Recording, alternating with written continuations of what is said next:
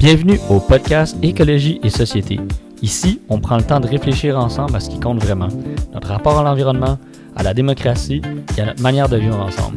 Mon objectif, c'est d'ouvrir un espace de dialogue, de poser des questions qui dérangent un peu parfois, mais toujours dans l'idée de rechercher des pistes de l'avenir plus humaines et plus durables. Parce que l'avenir ne s'écrit pas seul, il se construit en conversation et collectivement. Bonne écoute!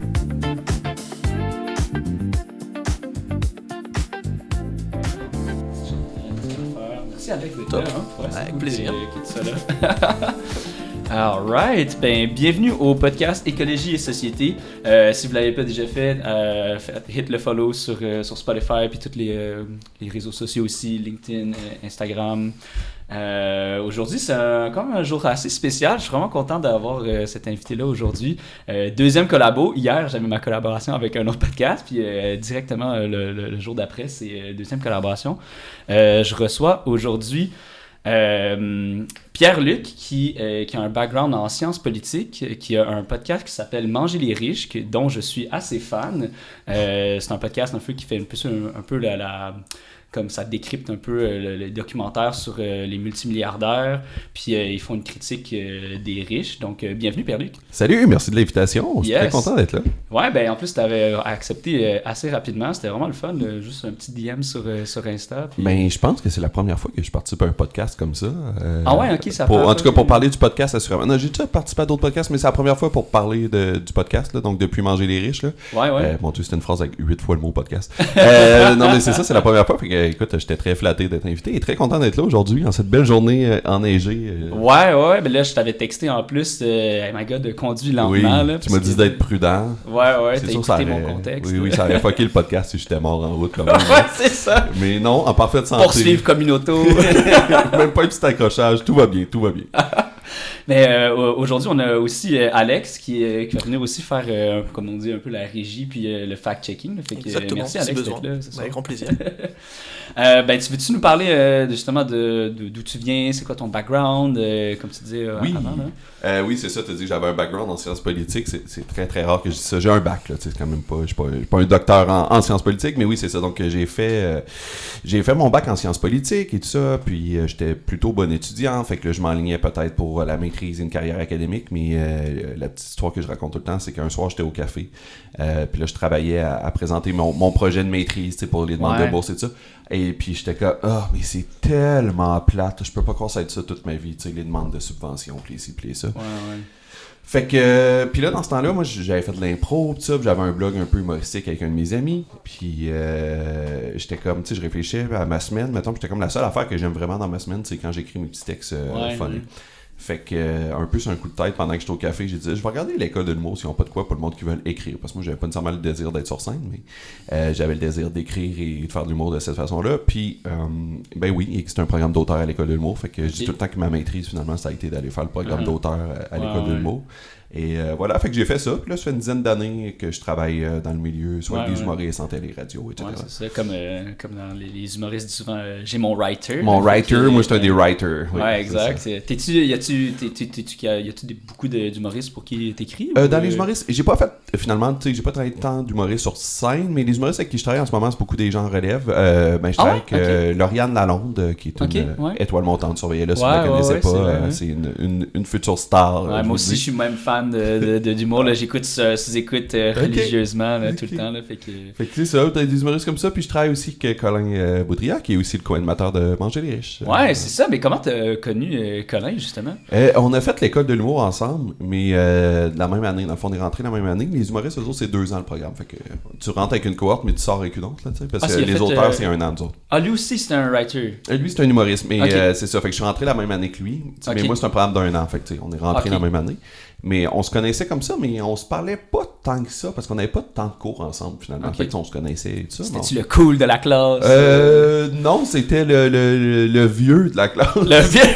Ah ouais, ok. Parce que c'était beaucoup des jeunes cette année-là, la cohorte d'humoristes. Là. Les auteurs sont un peu plus vieux, mais les humoristes, c'était tout du monde de 18-19 ans. Puis lui, il avait comme 30 ans, là, fait qu'il était comme genre, le plus vieux. Ah, ok. Ok. Je dis 30, en tout cas pas loin, là. Ouais, Fait ouais. qu'il était comme moi, l'aîné de sa cohorte, je pense un peu. Ah ouais, ok. Mais voilà, puis là, éventuellement, après l'école, avec des amis communs, on s'est mis à plus se parler, puis on a un peu les mêmes intérêts et tout ça, fait qu'on est devenus amis Ok. et collaborateurs. Ah Voilà. ouais, ok. Puis l'idée de partir un podcast avec lui, c'est né durant ou c'est récent ou...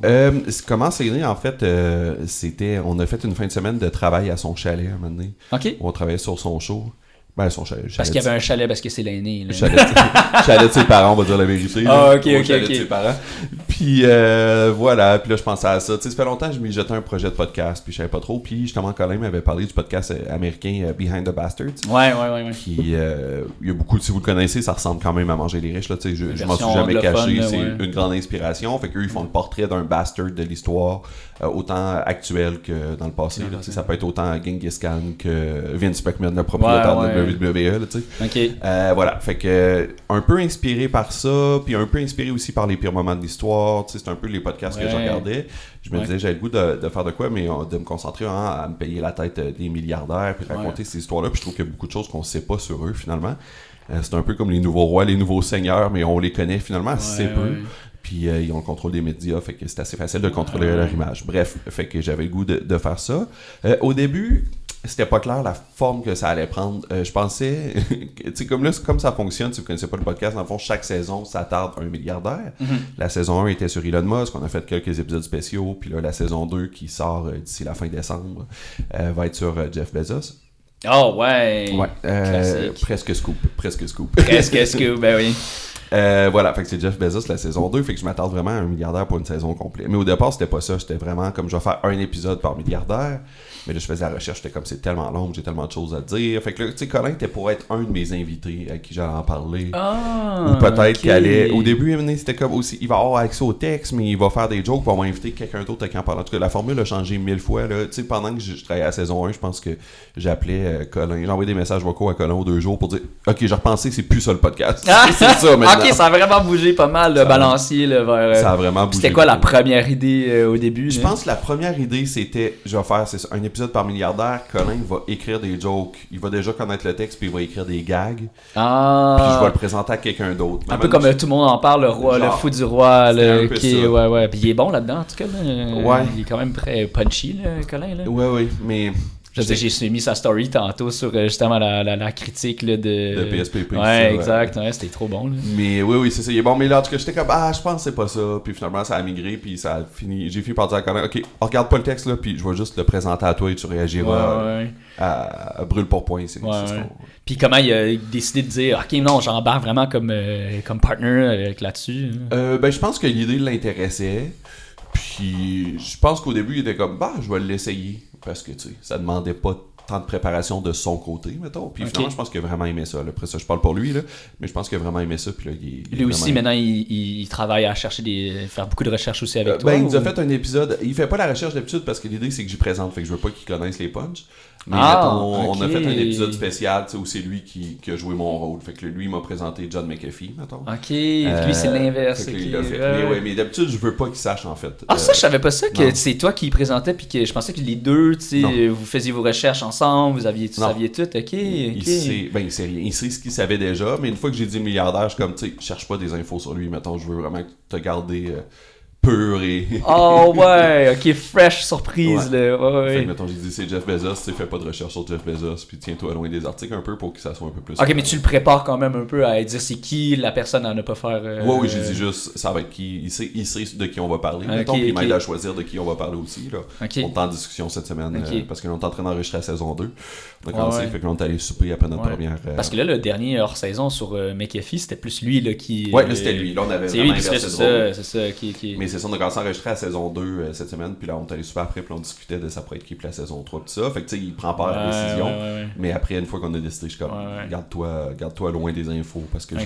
je veux te garder surpris, Ok. en fait. Puis c'est parce que Colin, il sert de lien, en fait, avec le public, je trouve, dans ce podcast-là, où, tu sais, Ok. les gens ne connaissent je veux quelqu'un qui connaît autant d'affaires que le public, tu sais. C'est-à-dire, Jeff Bezos, mettons, tu sais c'est qui Jeff Bezos, ouais. tu sais que c'est le propriétaire d'Amazon, mais peut-être que tu connais pas tous les détails de sa vie. Fait que Colin, il sert à poser les questions aussi, puis à faire, OK, mais j'ai entendu que c'est marié cet été, puis là, je dis, ah oui, mais ça, on va en parler, il y a telle affaire, tu sais. Mais il sert un peu d'être le porte-parole du public, en fait, dans le podcast. Ouais. C'est vraiment bon, justement, ça vient plus rejoindre un peu ce public, ce qui te dit, c'est juste tout le temps en blague, là, on regarde les Olympiques, là, mais ça prendrait tout le temps un gars qui normal, qui court à telle vitesse, c'est comme, tu sais, tu te dis, ok, 100 mètres en 9 secondes, je sais pas, c'est fast, mais genre, on le sait, parce que c'est quoi, monsieur, madame, tout le monde ferait ça en combien, tu sais, puis tu sais, mettons, il avait fait la moyenne, puis la majorité, ils courent le 100 mètres en, mettons, je dis 15 secondes, c'est comme, t'as-tu vraiment besoin de 6 secondes?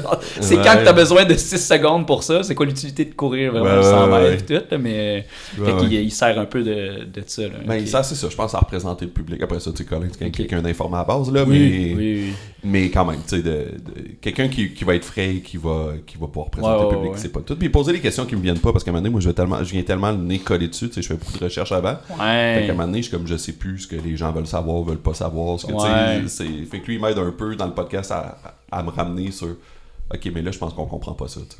Ouais.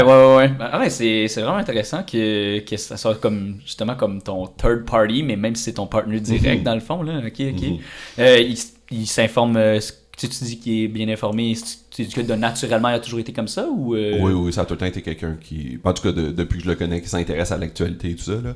Okay. C'est quand même quelqu'un d'informé. Mais voilà. Ben, toi aussi, j'imagine, vu que tu as fait un bac en sciences politiques, tu dois te plugger pas mal sur les nouvelles souvent, là, je me dis. Oui, mais moins que je devrais, je pense. Ah ouais, ok. J'ai l'impression que depuis qu'ils ont enlevé les nouvelles sur les réseaux sociaux, je suis un peu moins, tu sais. Parce que maintenant, il faut vraiment que je fasse un détour pour être comme j'ouvre la page du devoir et je vais lire le devoir. Ouais. Fait que des fois, je trouve que je suis pas aussi informé que je devrais l'être, mais j'essaie. Ah, mais ça me surprend que tu dis ça, mais même malgré toutes les recherches que tu fais sur ces gens-là, genre. Mais après ça, tu sais, quand je fais mes recherches, je rattrape, mettons, mais tu sais, de dire que je lis le journal tous les jours, là, je pourrais faire mieux. Ah ouais, ok. Je suis pas si pire, là, je veux dire, comparé à la majorité du monde, ça va, je suis informé, mais je pourrais être meilleur. Tu t'es pas juste dit, pourquoi il y a bien de la fumée autour de nous? C'est ça. Ah oui, il y a des feux de forêt au bout ici, là. Ok. Le nom catchy de Manger les riches, ça t'est venu comment? Mais c'est juste une expression qui est un peu consacrée, mais surtout, je pense, dans le monde anglophone, là, Eat the Rich, c'est comme une expression super consacrée. Traduction libre un peu. Fait que j'ai fait juste traduire directement, puis j'étais comme, je pense que c'est... Mais honnêtement, j'ai pas réfléchi beaucoup à ce titre-là. Ah ouais? Je me disais juste, je pense que c'est catchy, puis je m'imaginais tout de suite, tu sais, j'ai eu l'idée du nom, de traduire Eat the Rich, puis de le mettre en français, puis là, je m'imaginais déjà un visuel et tout ça. Fait qu'on dirait que j'étais comme, bon, ça marche, mais je me suis pas posé beaucoup de questions. Mais après, je pense que j'ai été chanceux, parce que beaucoup de gens m'en parlent, puis sont comme, ah ouais, le nom, on aime ça, tout de suite, on comprend de quoi ça parle. Oui, moi aussi. Fait que, mais je pense que ça a été un peu, je vais t'avouer, comme beaucoup de choses dans ma vie, j'ai pas beaucoup pensé, ça a été de la chance. Ah ben tant mieux, c'est vraiment cool. Ouais, mais ça a été de l'instinct, j'ai pas... Puis tu disais aussi les covers avec la pomme toujours sur que ben ça c'est devenu comment aussi cette idée-là justement. Ben au début là ce que je voulais faire, la vraie affaire c'est que je voulais faire une espèce de montage où je les mets comme sur un corps de cochon parce que l'idée c'est aussi que c'est un peu comme un bien cuit, tu sais, fait qu'il y avait ça que je trouvais que ça, tu sais évidemment il y a l'expression des cochons capitalistes tout ça, mais après ça j'adore pas d'utiliser une image super violente non plus pour le podcast, tu sais je veux que ça parle à tout le monde, pas juste les plus radicaux d'entre nous là, mais c'est une bonne idée ça par contre, honnêtement un cochon avec ça c'est bon là. Mais là de le faire, tu sais, mais je voulais faire comme le cochon rôti, tu sais avec la pomme dans la bouche mettons, mais avec la tête d'Elon Musk, avec la tête, mais là genre honnêtement la vraie vérité c'est que j'ai pas les capacités pour le faire comme du monde sur Photoshop. Puis j'avais pensé à engager une graphiste, mais là c'était bien trop cher, puis j'avais pas les moyens, je commençais le podcast et tout ça. Fait que finalement j'ai juste gardé ça simple. Le visuel c'est ça, c'est tout le temps comme la tête du milliardaire avec une pomme sur leur bouche là. Fait que j'ai gardé ça simple, mais je pense que ça fonctionne. Honnêtement, moi c'est comme tu dis, moi je trouve le nom du podcast puis le visuel du podcast en dit vraiment long justement là, c'est comme mettre une pomme dans la bouche, en plus c'est comme si t'es tanné des ententes. Moi je sais que ça vient en idée, c'est comme tanné des ententes tout le temps. Tu sais justement, mon capé dit tout le temps le bon encore Elon Musk, genre c'est comme on a assez entendu parler de lui, mais tu sais justement genre là je trouve ça le fun que c'est l'autre portion, genre tu sais elle me demandait Manger des riches, tu sais est-ce que c'est un podcast qui fait l'éloge ou la critique, tu sais on est comme pas trop sûr, puis non je suis comme non vraiment comme c'est la critique, puis je pense que justement, on est tanné de toujours les entendre de façon positive. Là, c'est tout le temps ça quand je rencontre quelqu'un, puis là, que ça vient suggérer que j'ai un podcast, puis c'était comme, ah oui, c'était quoi le sujet de ton podcast? J'étais comme, mais c'est Elon Musk, mais là, je te jure, là, je suis pas genre un Musk bro qui tripe sur Elon Musk. C'est ça. C'est critique, puis je ris de lui, là. Là, je me dis, ah, ok, phew. Oui, mais là, c'est quand même vraiment drôle que cette personne-là ait passé de genre, c'est genre le savior de l'humanité pour les voitures électriques, puis il est passé de comme ça à, mon Dieu, c'est le prochain nazi de l'histoire, là, mon Dieu. Ah oui, il y a un bout où je l'admirais, moi, Elon Musk aussi. Là. J'ai eu ma passe, tout le monde, ouais. Dans ma vingtaine, où j'étais comme, ah, mais c'est tellement cool ce qu'il fait, blablabla, puis à un moment donné, tu vieillis, puis aussi, il nous a aussi donné des munitions pour qu'on l'aime moins, là. Ouais, côté, tu fais comme, finalement, c'est plus quelqu'un de narcissique qui s'enrichit sur le dos de tout le monde qu'un sauveur. Il fait pas ça pour le bien commun, là. Ben oui, ben, tu sais, justement, honnêtement, c'est quoi en dire, mais tout ce que je connais sur Elon Musk, c'est grâce au podcast Manger les riches. Et puis, je savais pas ça, là, que lui, il avait été dans un espèce de camp en Afrique du Sud pendant une journée pour, là, t'as des vies, puis là, il s'est fait intimider, il s'est fait battre par son père et tout. J'étais genre, wow! Oui, il y a eu une jeunesse vraiment, vraiment weird, là. Ouais. Puis, tu sais, beaucoup de violence psychologique et physique. Ça explique pourquoi il est de même. Mais en fait, c'est un peu les conclusions que j'en tire. Je suis en train de j'ai lu beaucoup sa saison 2 sur Jeff Bezos pour la saison 2. Puis, comme, au final, je pense que c'est tous des gens qui ont des grosses blessures d'enfance et qui essayent de les réparer. Mais l'affaire, c'est qu'on a tous ça, des bobos qui viennent d'enfance. On a tous nos bobos. Mais là, ils ont tellement de pouvoir que les conséquences de leurs blessures, tout le monde en paie le prix, tu sais. Ben oui. C'est-à-dire que quelqu'un qui n'a pas d'argent, comment qu'il a une relation difficile avec son père ou peu importe, je veux dire, ok, peut-être qu'il va se faire du mal, mais il va pas faire du mal à l'humanité entière. Voilà, c'est ça, à grandeur échelle mondiale. Ouais, c'est ça. Mais tu sais, il y a un podcast qui s'appelle Better Future, je sais pas si c'était. Ok, non, je connais pas. C'est un peu le même principe que Écologie Société, mais version en anglophone aussi, là, mais je me suis un peu inspiré de ça aussi. Puis il disait justement les milliardaires, puis les personnes qui ont beaucoup d'argent, tu sais, il a dit une phrase que moi, ça m'est toujours resté, c'est ceux qui ont beaucoup d'argent, they have a command over labor, genre. Puis ça, c'est comme un pouvoir sur le travail, puis la possibilité de diriger où est-ce que le travail s'en va. Genre, la société est complètement bâtie sur le travail. Là. Tu disais justement, tu as des blessures et tout. Là. Moi, je pense qu'il y a vraiment beaucoup de gens là, que, tu sais, leur entreprise, c'est leur enfant. Puis pas juste leur enfant, c'est un peu genre leur but de la vie. Puis je suis tout d'accord à tout entrepreneur qui trouve un sens dans leur travail puis leur entreprise.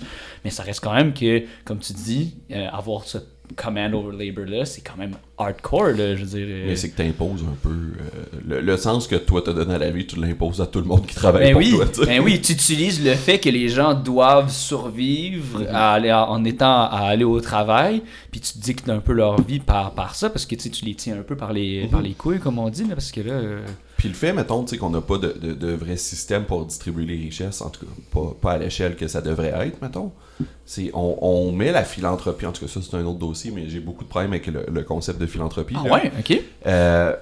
Parce qu'on remet l'établissement de l'échelle des choses qui sont importantes dans les mains d'une minorité d'ultra riches qui dictent eux-mêmes les priorités. Fait que pour Elon Musk, mettons, la priorité pour aider l'humanité, c'est de développer la colonisation spatiale parce que là, on n'est pas protégé. Si jamais il arrive une catastrophe sur la Terre, tous les humains sont sur la Terre, fait qu'on n'a pas de plan B, on n'a pas de... Mais lui, il a décidé que ça, c'était la priorité, puis c'est là-dedans qu'il allait investir ses milliards. Mais pourquoi c'est lui qui décide, au final, c'est quoi qui est le plus important? Peut-être que collectivement, on pourrait décider que ce qui est important, c'est de protéger la planète, c'est de nourrir les gens qui ont faim, c'est de s'assurer que tout le monde a un toit, c'est que protéger la biodiversité. Tout ça, moi, me semble plus important que d'établir une colonie sur Mars. Là. Mais lui, il a le contrôle de la bourse. Dans le sens du portefeuille, là, pas de la bourse. Pas Wall Street, là, mais aussi de Wall Street, ceci étant dit. Mais puis c'est lui qui établit les priorités, mais c'est lui puis une poignée de milliardaires qui établissent les priorités. Puis c'est vrai à plus petite échelle. Ici au Québec, on a des grandes fondations qui finalement, que ça soit... Et puis là, bon, je m'engage, je me mets le doigt dans l'engrenage, j'y vais. Mais quand tu as des fondations comme Centraide, comme la fondation Chagnon, puis ça, c'est eux qui reçoivent le plus de dons et qui les redistribuent. Mais après ça, t'es comme... C'est un petit CA de gens d'affaires, finalement, et de politiciens qui décident c'est quoi les priorités de philanthropie pour tout le monde. Fait que là, cette année, ce qui va être important, c'est les déjeuners dans les écoles. Ça va être... Il y a plein de causes, elles sont toutes importantes. Mais je suis comme, pourquoi c'est cette minorité d'élite-là... économique qui décide qu'est-ce qui est important pour l'ensemble de la société, quand finalement ça devrait être une réflexion collective. Ben le rendu là, c'est on critique un peu juste tout court le système de démocratie. Je veux dire, les gens qui sont élus décident des intérêts des autres, puis ça, c'est un peu... Ouais, mais t'as au moins un minimum de contrôle. Après, je trouve que la démocratie est pas assez démocratique, là, dans le sens où... Exactement, ouais. Je pense qu'on s'élit des rois pour 4 ans, là. En ce moment, c'est beaucoup ça, là. Ouais. Tu sais, François Legault, là, il n'y a plus... Ouais. Là, je fais des l'éditoriage pas plus pour un parti pour l'autre, vraiment. Non, c'est difficile. Là, beaucoup de gens en ce moment se disent en 2026, ça va être difficile de voter. Là, je veux dire, c'est ça. Tu dis t'élis des rois, mais ils sont tous peut-être pourris. Là, je veux dire, ultimement, tu as peu d'options. Tout le monde est un peu dans la même lignée politique. Je veux dire, même si tu vas de Québec solidaire à la CAQ, mettons, je veux dire, on est tout un paradoxe quand même capitaliste et tout ça. Ouais. Il y a personne qui prend la décroissance tant que ça. Bon, tout ça. Après ça, je dis pas que toutes les partis sont pareils. Là. Mon point, c'est pas tous les politiciens sont pareils. C'est pas le cas. Là. Ça a des vraies conséquences de voter. Mais ce que je veux dire, c'est que finalement, tes choix sont très limités. Puis une fois qu'ils ont le pouvoir, c'est comme ben là, c'était la voie de la démocratie. Fait que maintenant, on peut plus contester. Mais on leur laisse faire ce qu'on voulait pendant 4 ans. Exactement. Mais je suis comme, c'est limité. Pour moi, la démocratie, c'est plus que de voter une fois aux 4 ans. Là. Il y a d'autres façons, je pense, de vivre la politique en s'impliquant dans des organisations, en manifestant, tout ça, là. Mais il reste que les leviers, outre que d'élire quelqu'un aux 4 ans, sont très, très limités.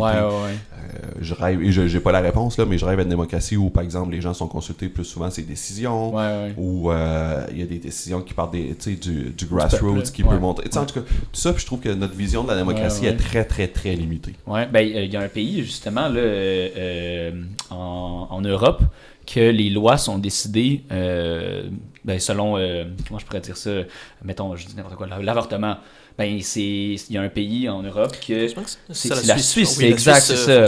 C'est la Suisse, exact. Je pense que qui est justement à chaque projet de loi, mais c'est le peuple qui décide. C'est comme un référendum. Exactement. Puis moi, je pense que ça devrait être vraiment plus comme ça. Là. Ça serait, je pense que ça ferait en sorte que les gens seraient plus interpellés par justement, là, comme tu dis, là, il y a plus de nouvelles dans les médias. C'est les réseaux sociaux. Mais là, si tu pensais vraiment que tu avais un réel pouvoir là-dessus, je pense que vraiment les gens se mobiliseraient plus ou seraient du moins plus intéressés ou / informés, là, je pense. Oui, peut-être.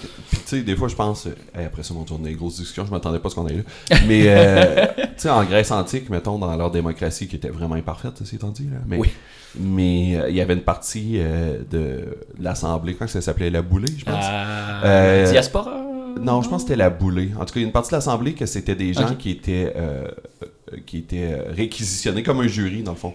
Fait que tu avais été pigé parmi les citoyens, puis une partie des décideurs étaient des gens pigés, un peu comme un jury dans un tribunal. Oui, c'est ça, exact. Puis ça, des fois, je suis comme, peut-être que ça serait intéressant qu'on ait ça, tu sais. Dans le sens qu'il y a des gens qui, après, évidemment, avec leur consentement, là, mais je pense peut-être pas exactement le truc du jury, là, mais tu sais, que t'as des gens qui sont choisis. Kidnappés par les Romains, là. Plein dans l'arène, genre. Judge! Qu'il y ait des gens parmi la population qui fassent partie, parce qu'on aussi, on est représenté uniquement quasiment par des avocats puis des gens d'affaires et tout ça. Qu'on sait pas c'est quoi leurs intérêts, c'est une exact. C'est sûr qu'ils n'ont pas les mêmes. Tu sais, je pense. On regarde la crise du logement, mettons, c'est un super bon exemple, où il y avait une étude, un reportage de Isaac Peltz, qui est chez Pivot Media, là, ça vaut la peine d'aller le suivre, c'est les réseaux sociaux. Mais il avait compté combien de personnes sont propriétaires à l'Assemblée nationale. C'est la vaste majorité des députés qui sont des propriétaires. Fait qu'après, est-ce que tu peux t'attendre à ce qu'ils votent des lois qui vont faire descendre la valeur des propriétés? Mais c'est... Puis là, je parle de propriétaires de logement, là, pas juste propriétaires de leur maison, mais propriétaires de logement. Là. Est-ce que tu peux t'attendre à ce qu'ils mettent des lois qui vont limiter la hausse des loyers, qui vont faire baisser la valeur des propriétés? C'est contre leurs intérêts directs. C'est ça. Fait que, tu sais, des fois, je suis comme... Smart. De quelle façon on pourrait avoir peut-être aussi des coiffeuses puis des barman à l'Assemblée nationale? Ça aussi, ça c'est important. Mais c'est comme, tu sais... Souvent, mettons, je parle avec mon frère de finance, finalement, puis tu sais, souvent on dit, c'est sûr que lui, il est contre le système, mais en même temps, c'est évident, puis il en profite. Pourquoi je veux dire, c'est sûr et certain que c'est difficile pour lui de Complètement. Complètement, puis le capitalisme a cette incroyable qualité de récupérer ses critiques puis de s'en servir. C'est-à-dire, je donne tout le temps... je vais donner l'exemple le plus niaiseux, mais je trouve que ça illustre bien. Quand j'étais un jeune étudiant universitaire, puis ça, puis là, c'était 2011, c'était l'époque de Occupy Wall Street, puis ça. Puis il y avait full de manifs anticapitalisme, puis ça.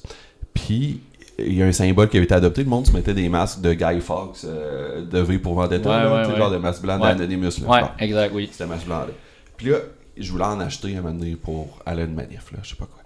Puis je google ça sur internet, puis là je vois qu'Amazon font un spécial, genre 6 masques pour le prix de 3. Genre. Puis j'étais comme... Et wow! J'étais comme, on a perdu.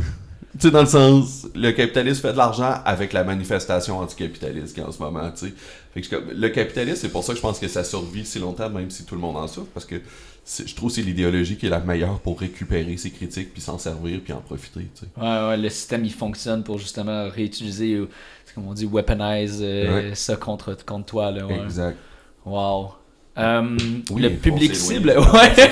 Ben non, c'est parfait, c'est des ouvertures de parenthèses comme ça que je voulais. Le public cible du podcast, ça serait quoi, tu dirais?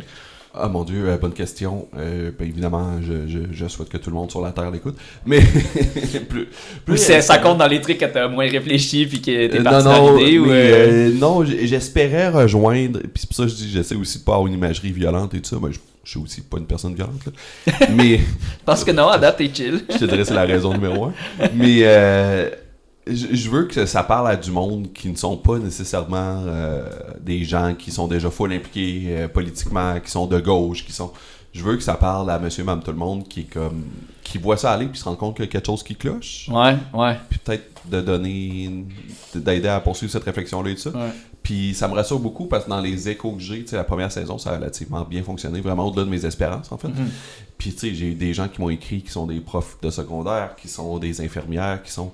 Puis ça me faisait tellement plaisir, mettons, qu'on sorte un peu du cercle de je suis un artiste ou un militant et j'étudie en sciences politiques, ou en sociologie, mettons, qui est super, là, je pense que ces gens-là écoutent aussi. Oui, tant mieux. Mais j'avais le goût aussi de parler peut-être à monsieur, madame, tout le monde, qui a une famille puis qui a un bon galop, qui est comme, mais il y a de quoi qui tourne pas rond, là. Ouais. Mais je pense que, tu sais, on dit souvent, la population est pas stupide.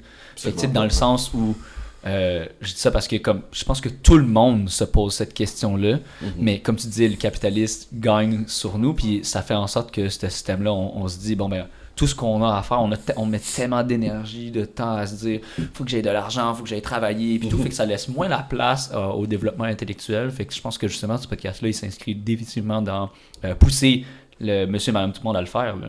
Absolument. C'est une des stratégies, je pense, aussi du capitalisme, de tellement noyer le monde dans le travail que t'as pas le temps de... Puis c'est un des problèmes, en fait, tu sais, comme en ce moment, ce qui se passe aux États-Unis. Je suis des forums, des fois, de gens qui parlent, puis sont comme ça, pas de bon sens, blablabla, puis les gens sont comme, mais pourquoi vous allez pas manifester, les Américains, pourquoi vous êtes pas dans la rue? Puis le monde sont comme, parce que j'ai 3 jobs pour réussir à payer mon loyer. Ouais. C'est quand tu veux que j'aille manifester, tu sais? Ouais. Puis je comprends que si tout le monde on se soulève en même temps, ça va être différent, là. Mais en attendant, je peux pas être le premier parce que mes enfants n'auront pas de toit, tu sais. Ouais. Puis je suis comme, ben oui, t'es pris. Puis je serais pas le premier à me lever non plus, j'attendais que d'autres mondes se lèvent. Ouais. Parce que t'es pris. Ben, c'est pour ça que, tu sais, il y a beaucoup de gens qui vont, tout le monde en parle, puis qui critiquent, puis ils disent le Québécois moyen est un mouton, puis c'est pour ça qu'ils sont super enragés de ça, parce que ces gens-là se disent, ben si je suis le premier, mais les autres vont suivre, puis tout. Non. Est-ce que tu penses qu'on manque de leaders au Québec pour faire ce genre de manifestation-là, ou bouger les choses, ou... C'est une bonne question. Est-ce qu'ils n'étaient pas dans la liste? Des fois, ça me vient de même, là, mais... Non, je pense pas qu'on manque de leaders. Je sais que la réponse, ça devrait être ça. Là. On n'a plus les leaders qu'on avait, mais je trouve pas que c'est vrai. De un, je pense pas que ça doit passer par un leader. Je pense que ça doit être un truc qui est collectif. Je pense qu'on manque de rêve. Bon. Ah, ouais. Je pense pas qu'on a besoin de quelqu'un tellement pour l'idée, je entre gros guillemets, la révolution. Là, ben oui. Mais je sais pas à quel point on a besoin de ça. Je pense que c'est très dangereux. Là. Faut pas remplacer un roi par un autre. Là. Mais je pense qu'on a besoin de gens qui réussissent à percer l'écosystème puis à nous proposer un rêve. Ouais. Puis je pense qu'en ce moment, c'est un des obstacles. Les gens se rendent compte que ce système-là n'a pas d'allure, mais on a de la misère à en imaginer un autre. Ah oui. Puis je pense depuis la chute du communisme, mettons. Puis je dis pas que le communisme, mais en tout cas surtout pas dans sa forme soviétique, était nécessairement la réponse, là.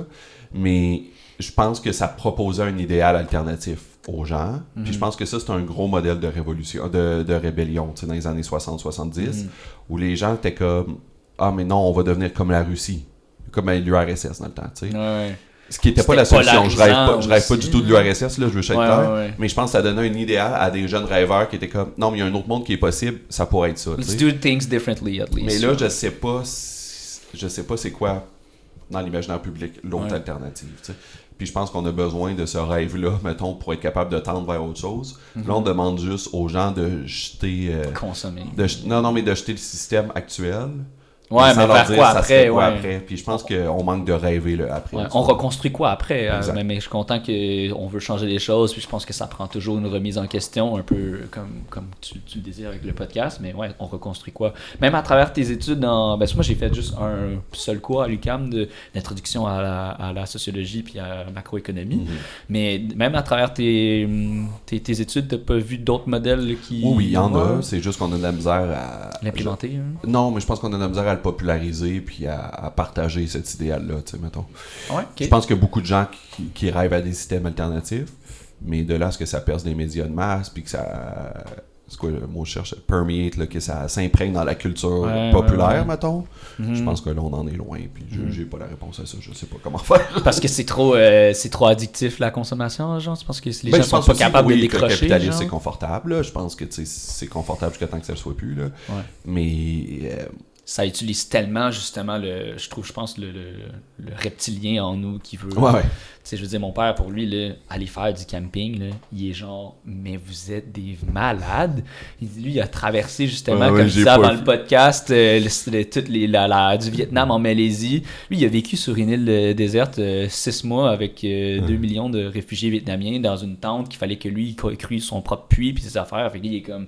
Tu pensais que je vais aller me planter une tente puis faire une bécosse, là? Exact, il est comme... Puis, tu sais, des fois, je disais, tu sais, il avait entendu ça, mes amis, dire la meilleure option en camping is the no option, no electricity, no thing. Puis il nous écoutait, puis il disait, mais what the fuck, genre? Il est comme, moi, je me suis battu pour avoir mon confort, puis là, tu veux ça? Ben, moi, j'endosse ton père à 100%. Toi, tu fais pas de camping dans zéro. Non, ça va briser mon image d'anticapitaliste. Mais même en voyage, je vais pas dans une auberge jeunesse parce que je suis comme, non. Je suis trop vieux pour dormir avec d'autres mondes. Moi, je vais dormir à l'hôtel, puis ils vont changer mon lit. Ben moi, la première fois que j'ai fait des auberges jeunesse, j'avais 30 ans. Puis j'avais jamais fait ça. Puis là, tous mes amis me disaient que c'était la vie, c'était fucking cool, tu rencontres plein de gens, nanana. Moi, j'ai dormi dans une chambre avec genre 2 Russes là, qui ronflaient comme pas des trocs, là, des tracteurs industriels. Là. Puis j'étais genre... T'avais pas le goût de passer la journée avec eux le lendemain? Non. Puis tu sais, la fille aussi qui mettait ses pieds puants de sandales d'été, Non, j'étais genre... Non, c'est vrai que je suis trop vieux pour ça, puis c'est pas parce que je compte le capitalisme. Honnêtement, j'ai le droit à mon confort. Ouais, absolument. Je suis à la même place.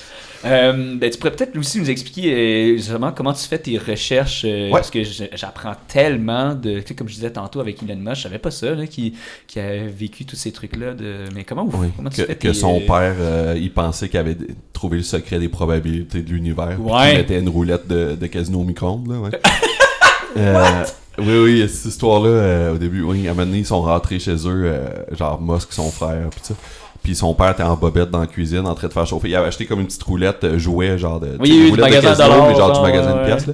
Puis elle mettait au micro-ondes, il la ressortait, il la faisait tourner, il prenait des notes, il la remettait dans le micro-ondes, puis il était comme, les gars, je pense que je suis en train de percer le secret des probabilités.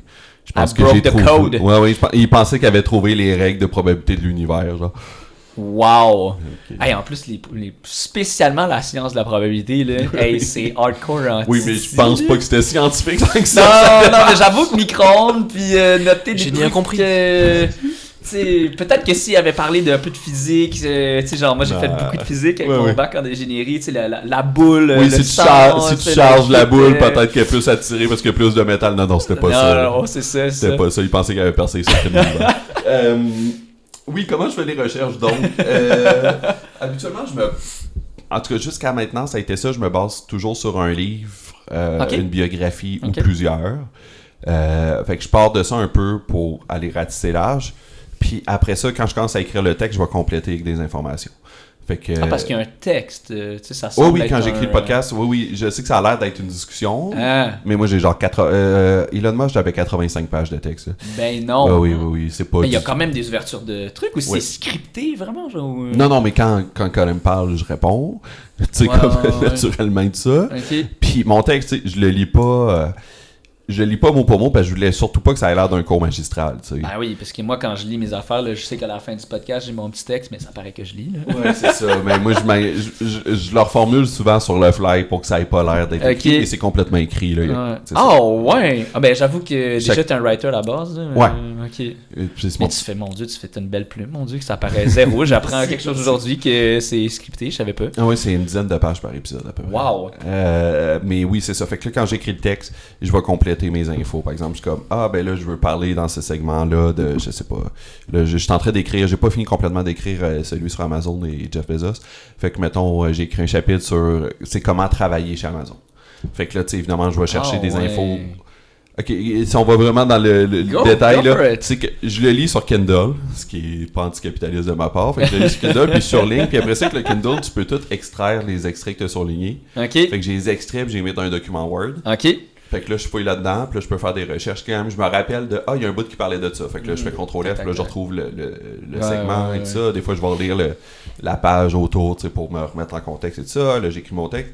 Puis là, c'est ça. Fait que, mettons, je parle de c'est comment travailler chez Amazon. Puis là, je suis comme, mais je voulais aussi parler des syndicats au Québec, tu sais. Ils ont fermé les entrepôts cette année d'Amazon. Vrai. Fait que là, je vais aller googler, puis là, je trouve des articles, puis je complète comme ça. Fait que, du coup, je pars d'une biographie à la base, ou de plusieurs. Tu sais, dans le cas de Jeff Bezos, j'en ai lu 3. Elon Musk, j'en avais lu 2. Fait que je pars de ça. Une grosse brique ou. Ouais, quand même. C'est beaucoup de lecture. Ouais, c'est beaucoup de lecture. Parce que moi, j'avais le livre de Steve Jobs, là, qui était toute une grosse. C'est le même auteur pour Elon Musk. C'est le même genre de brique. Là. Ouais, c'est une bonne. C'est un bon biographiste. C'est un bon biographe, oui. Il est bon. Oui, il est bon.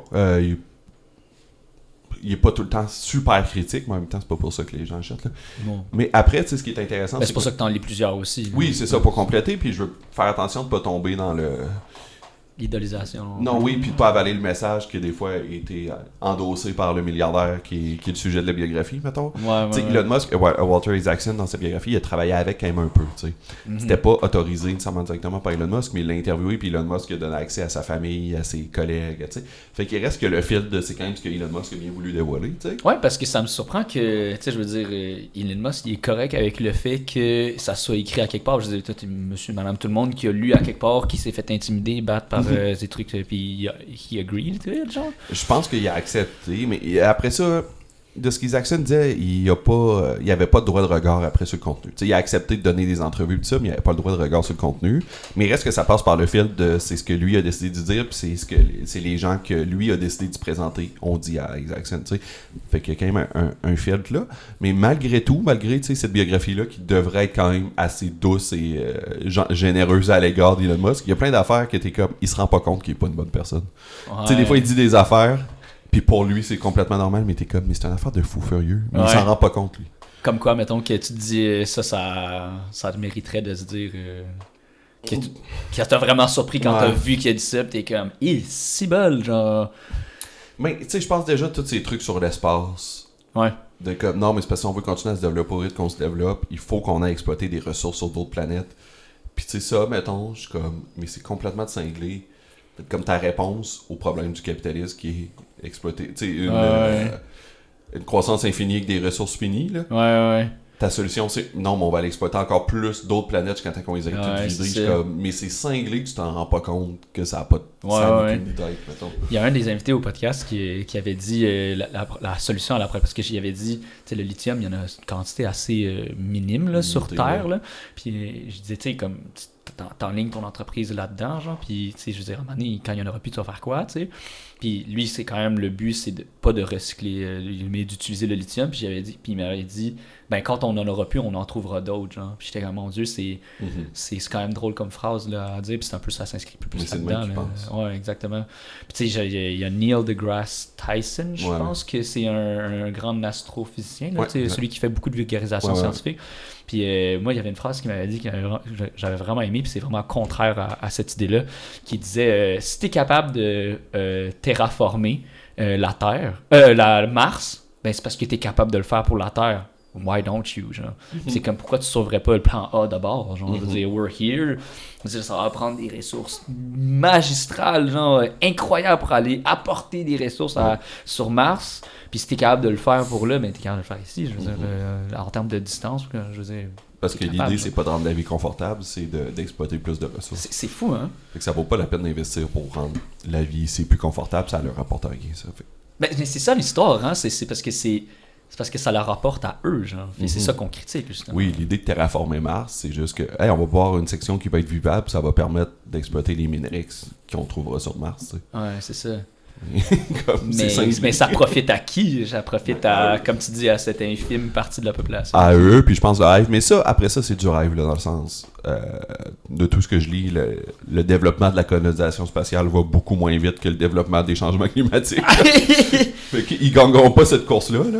Ouais, mais j'avoue que la population est quand même bien axée là-dessus. Là. Je veux dire, il n'y a pas un programme politique qui en parle pas, là, au moins. Là. Oui, c'est un pas vers là. Mais je veux dire, les conséquences des changements climatiques. Ah, négative. Négative, oui, ça va beaucoup plus vite que le rythme de la... mais je pense qu'eux, il y avait quand même le rêve de se sauver de la Terre, qui sont en train de brûler de 1, et de 2, de devenir des rois de leur planète. Il y a ça aussi. Puis je sais que j'ai l'air de parler de science-fiction, là, mais je pense sincèrement qu'Elon Musk se dit, si j'ai une colonie sur Mars, je suis sujet à aucun gouvernement. Ouais, c'est ça. Il n'y aura personne pour m'arrêter dans mes ambitions. Ouais. C'est de quoi qui revenait beaucoup dans mes lectures sur Elon Musk, que ça le dérange beaucoup que des gens qui jugent moins intelligents que lui, parce qu'il y a quand même un sacré ego, là, que des gens qui jugent moins intelligents que lui puissent lui dicter ce qu'il a le droit et pas le droit de faire. Avec les lois, avec les règlements, ça l'énerve énormément. Il trouve que les politiciens sont pas si intelligents que ça, puis que c'est pas eux autres de décider ce qu'il a le droit de faire. Je dis pas que c'est pas un homme pas intelligent, Elon Musk, mais je dirais pas que c'est la personne la plus intelligente au monde. Je pense pas qu'il est si intelligent que ça. Mettons, je suis en train de dire c'est Jeff Bezos, puis je pense sincèrement que Jeff Bezos est plus intelligent que lui. Là. Ah ouais, hein? Ouais. Il est plus rationnel, en tout cas. Mais toujours est-il que, je pense qu'ils ont le rêve de « Hey, si j'ai cette colonie-là sur Mars, là, il n'y a aucun gouvernement qui peut me dire ce que j'ai le droit ou pas le droit de faire. Je vais pouvoir... » Puis même pas pour être... je pense même pas que c'est machiavélique dans leur tête, c'est juste... I wanna have my own thing, là, ouais. Mais je vais tellement pouvoir développer mon entreprise à une vitesse folle si personne me met d'obstacles. Ah ouais. Je pense que c'est ça qu'ils se disent. Puis genre, mes recherches et mes projets et tout ça. Puis ils sont même en train de construire des on le voit de plus en plus, là, des villes... ouais, spatiales. Non, mais ici sur Terre, des villes corporatives, où c'est comme toute la ville appartient à Amazon, puis c'est genre... les maisons pour les gens qui travaillent chez Amazon, à l'usine d'Amazon, puis toute la ville, c'est comme... c'est quasiment une ville-état corporative. Ça se développe de plus en plus, ça. Mon ami, quand je suis allé au BC, il m'a dit, lui, il faisait un stage chez Microsoft, là. Puis c'est ça, j'ai dit, t'habites où? Il me dit, j'habite dans un condo payé par Microsoft. Puis je dis, ouais, mais on va au resto où? On pourrait aller à la cafétéria de Microsoft, c'est gratuit telle affaire. Puis là, je dis, mais c'est que la ville autour, tout était payé pour eux, là. Ça se fait de plus en plus. Comme je sais que ça a l'air d'une affaire de fou conspi. Là, je m'entends, puis comme j'ai l'air d'un fou conspirationniste, mais legit, c'est en train de se passer. Mais il y avait un humoriste aussi qui disait... je comprends les gens qui sont contre les idées idées de conspiration, puis il est comme « But you don't believe in any conspiracy? » Puis là, il disait « Moi, je suis... le gouvernement est responsable de ces personnes. Puis il dit « Moi, je suis responsable d'une personne, mon fils. » And I lied to that guy all the fucking time. Puis c'était comme... Mais c'est un peu ça, c'est vrai, genre, tu sais, je veux dire... Souvent, maintenant, je pense que c'est vraiment polarisé en critique sur tous les trucs de conspiration, mais je suis quand même d'avis qu'il n'y a aucune conspiration. Genre. Mais oui, je suis pas très conspi, mais mon point, c'est plus quand toutes les maisons de la ville appartiennent à la compagnie, que tout le monde travaille pour la compagnie, que la police est un service de sécurité privé par la compagnie, c'est comme... Qui va surveiller la compagnie, qui va oser t'as un peu moins d'intégrité. Oui, c'est ça, tu sais, moi c'est ça qui... En tout cas, c'est vraiment inquiétant. Ouais, un peu à la Best Buy qui est propriétaire de Future Shop, genre. C'est toi qui crée ta propre... Tu sais, c'est comme, à un moment donné, qui te surveille toi, là. C'est ça. Exact. Watches the Watchman. C'est quoi le... truc que tu as lu dans tes recherches qui t'a surpris le plus, puis t'as fait wow, est-ce que ça valait vraiment la peine de partir ce podcast-là? Puis t'aurais jamais fait ou découvert ce fait inusité-là si t'avais pas fait toutes ces recherches-là. Ou je sais pas si Colin aussi t'en a apporté, peu importe. Ou dans ton épisode que justement c'était lui qui... Mais tu sais, les faits inusités, il y en a tout le temps qui sont surprenants, mettons. Je vole un petit punch pour tes auditeurs, mais pour celui de Jeff Bezos, il était abandonné par son père quand il était jeune. OK. Il est adopté. Sa mère s'est fait un autre mari qui l'a adopté. Son nom de famille à naissance, c'était pas Beza, c'était Jorgensen. OK. Puis son père, il s'en occupait pas parce qu'il rêvait de faire de l'unicycle. Puis il l'a abandonné pour poursuivre son rêve de faire de l'unicycle. Holy crap! Hey, c'est excellent, Fait que, tu sais, ça, c'est le genre d'anecdotes qui sont mémorables parce que c'est comme c'est tellement absurde, on dirait. Tu sais, comment que ça se fait que personne parle pas rien que de ça tout le temps. On parle de Jeff Bezos. OK, fait que si on part à une manifestation, faut qu'il y ait des unicycles. Oui, c'est ça. ça. Va le blesser à traumatiser. l'intérieur. Là. Hey, c'est... Fait que, tu sais, ça, dans le plus micro, mettons, c'est le genre d'affaire qui m'a surpris. Mais au plus large, c'est juste... C'est vraiment la réalisation, mais je t'ai dit un peu plus tôt, c'est juste des gens blessés qui actent out, qui réagissent à leurs blessures. Ouais, ça revient. Mais avec des moyens disproportionnés, tu sais. Ouais. Puis, comment je pourrais dire ça?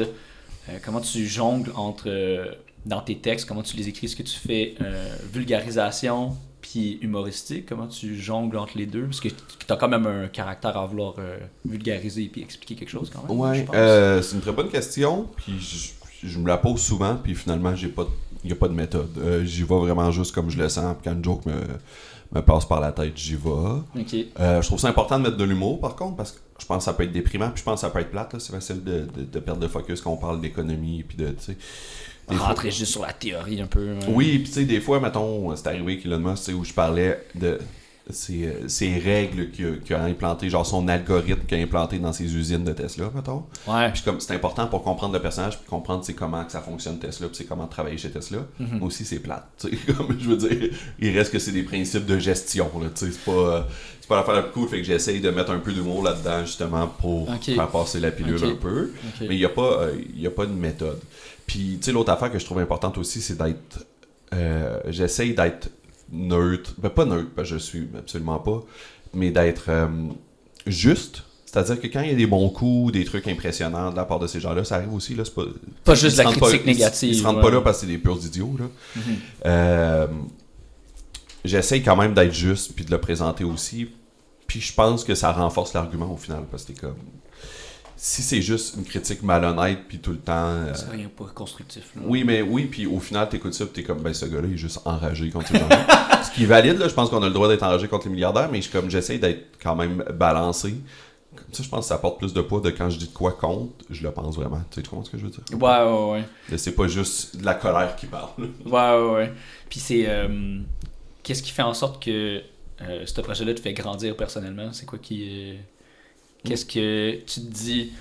Hey, je suis pas le même homme depuis que j'ai fait ça, là, depuis que je travaille ça. Là. Grosse question. Je sais pas si je suis rendu jusque-là. Par contre, ce que je trouve nourrissant, mettons, dans ce projet-là, c'est que c'est fucking payant. Non, ouais, on parlait de ça avant le podcast. Ouais, on pas encore là. Hein. Je suis tellement riche depuis. Non, c'est pas. Après ça, ça m'a étonné, les gens étaient vraiment généreux. Sur Ko-fi, mettons, on avait une page Ko-fi pour la saison 1 pour les dons, puis ça m'a étonné à quel point les gens étaient vraiment généreux. Ça m'a full touché. Mais non, ce que je trouve nourrissant là-dedans, c'est que, tu sais, dans mon métier, je fais des trucs, des fois, que j'aime faire, mais qui sont pas nécessairement... Tu sais, je vais écrire sur une émission de variété, je vais écrire sur une télé-réalité, c'est le fun, puis ça paye le loyer, puis c'est le fun à faire, là, j'aime ça sincèrement, là. Mais c'est sûr, t'as pas l'impression que tu contribues à l'édifice de l'humanité, de la civilisation, là, tu sais. Ah non? Ah ouais, ok, comment ça? Ben non, mais tu sais, t'écris des textes d'animation de télé-réalité, puis je veux dire, la semaine prochaine, ça va être tout oublié, là. Ah, ouais. Tu sais, dans le sens, t'as pas partagé de quoi qui fait grandir personne, vraiment. C'est le fun, puis c'est important le divertissement, là. Je suis vraiment pas en train de dire, genre, j'en écoute des télé-réalités, puis c'est important de se divertir et de s'amuser, J'ai vraiment pas de problème avec ça. Mais, c'est sûr que la semaine après, t'es pas comme, ça a quand même fait grandir de mon quoi sens de moi vie est fait, quand ils ont dit que tel candidat était éliminé, tu sais. Fait que, you don't care about Stephanie? Oh my god! Fait qu'au moins, ce podcast-là, j'ai l'impression que je fais de quoi, que je parle de quoi qui a du sens, qui apporte du sens pour moi.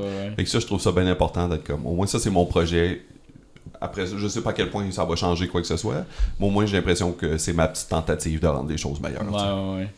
Il y a une bonne question qu'Alex m'avait apportée, mais je trouve ça vraiment intéressant. Mais si t'étais riche, toi, mettons, là, tu ferais quoi différemment? Tu t'ennuies pas trop, Alexandre, ça va? Ça va, j'écoute. Ça va. C'est très agréable. Merci. Si j'étais riche... Ouais, si tu ferais quoi différemment? Parce que, tu sais, je veux dire, sais, mettons, les idéologies que t'es pas d'accord avec que ces gens-là apportent, mais si, mettons, t'avais ce même pouvoir-là, tu sais, on parlait de justement command over labor, si t'avais ce pouvoir-là, tu ferais quoi différemment de ces gens-là, justement, là? Tu ferais pas comme Jeff Bezos, puis il y aurait pas besoin d'avoir une bouteille d'eau pour faire pipi dans leur travail. Oui, exact. Mais tu sais, je pense que la réponse facile, c'est comme je donnerais beaucoup à la charité, puis je veux dire, c'est un bon point de départ. Là, mais tu disais tantôt que la philanthropie, c'était. Ben, j'ai des problèmes. Après ça, je fais des dons pareils. Là. Mon point, si vous écoutez ça, c'est pas genre arrêtez de faire des dons quand vous êtes argent. Là. Genre, j'ai mon petit don mensuel à la Fondation David Suzuki. T'sais. Mais. c'est cool ça. Ouais, mais. Merci. Mais. Tu sais, c'est ça, je pense que la réponse facile, ça serait ça, mais je pense que c'est quand même. Ça vient avec d'autres problèmes, tu sais. Je pense qu'idéalement, c'est de remettre le pouvoir entre les mains de la population. C'est-à-dire peut-être d'aider à partir des coopératives de travail. Ça, je pense, ça pourrait être une bonne. C'est de fournir l'investissement de départ, mais après ça, de remettre. Je pense que c'est de s'enlever du pouvoir, tu sais. Ouais. Puis je pense que ça, c'est ce qui est contre-intuitif. Je pense même que les gens très bien intentionnés, quand ils deviennent riches, ils veulent aider, mais aider en ayant le contrôle sur comment ils aident. Puis je pense que la clé passe beaucoup par s'enlever du pouvoir puis le remettre entre les mains de la population puis des usagers. Ouais.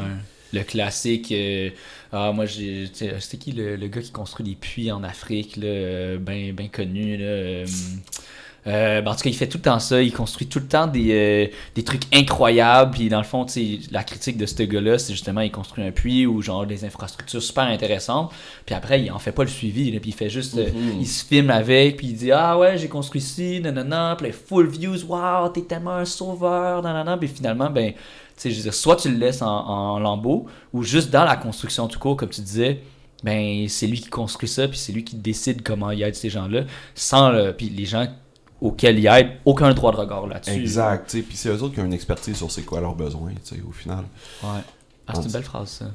Merci. Tu sais, en tout cas, fait que je pense que ça serait ça la clé, mais je pense pas, tu sais.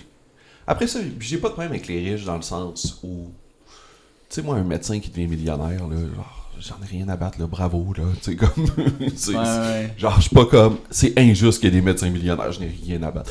Okay. Puis que Cole Caulfield fait 20 millions, genre, ok, tant mieux pour lui. Genre, ça me fait absolument rien, puis je pense pas que c'est ça le problème dans notre société, là. Non.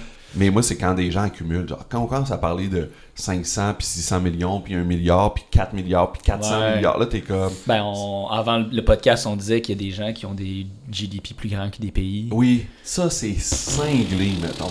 Puis c'est trop de pouvoir entre les mains d'une seule personne. Puis même si... Moi, c'est ce qui me fait un peu capoter des fois quand je pense... Même si j'étais un capitaliste, là, je comprends pas que les capitalistes se disent ce qui est bon pour l'économie, c'est que toute cette fortune-là soit concentrée dans les mains de quelques personnes. Ouais. Dans le sens, il y a une limite. Elon Musk a beau valoir 300 milliards, je sais plus quoi le chiffre en ce moment, je pense que c'est 400, peu importe. 460. Donc c'était 482 milliards US dollars, je pense que c'est ça. Il est en route pour le trillion. C'est beaucoup, effectivement. C'est fou, hein? Mais il a beau valoir 482 milliards, il fera pas l'épicerie pour 482 millions de personnes. Tu comprends ce que je veux dire? Ouais. Comme au final, il y a une limite à ce qu'il peut, même si j'étais capitaliste, il y a une limite à ce qu'il peut acheter pour faire rouler l'économie.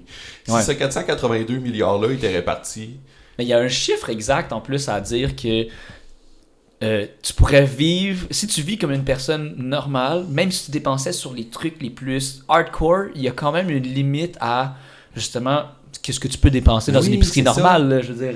C'est ça. Même si ton argument est purement capitaliste, c'est ça, 482 milliards-là étaient répartis entre les 8 milliards de personnes qui sont sur la Terre, mais ça serait 8 milliards de personnes qui pourraient s'acheter des maisons, qui pourraient magasiner, qui pourraient faire l'épicerie, qui pourraient... Développer des rêves.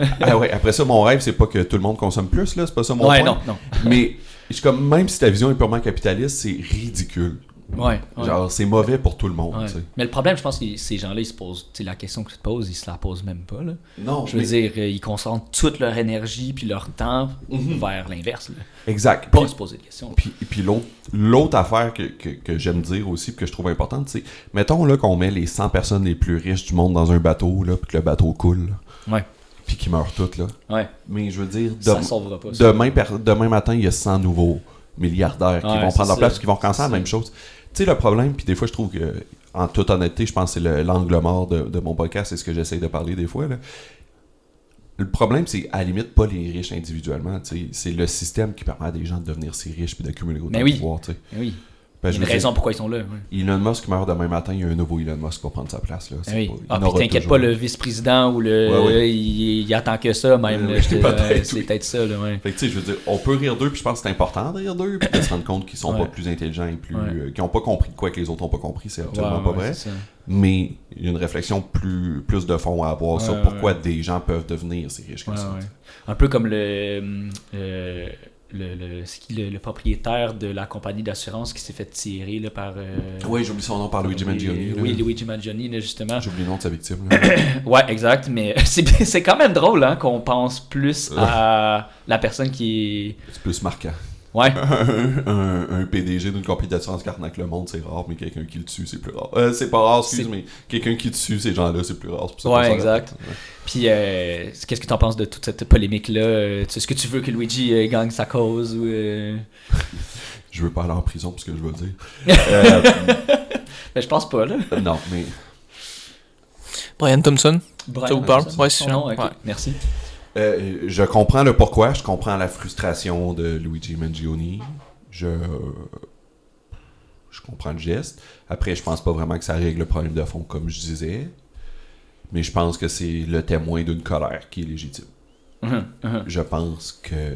Puis la raison pourquoi les gens longtemps le défendent autant, puis qui est devenu...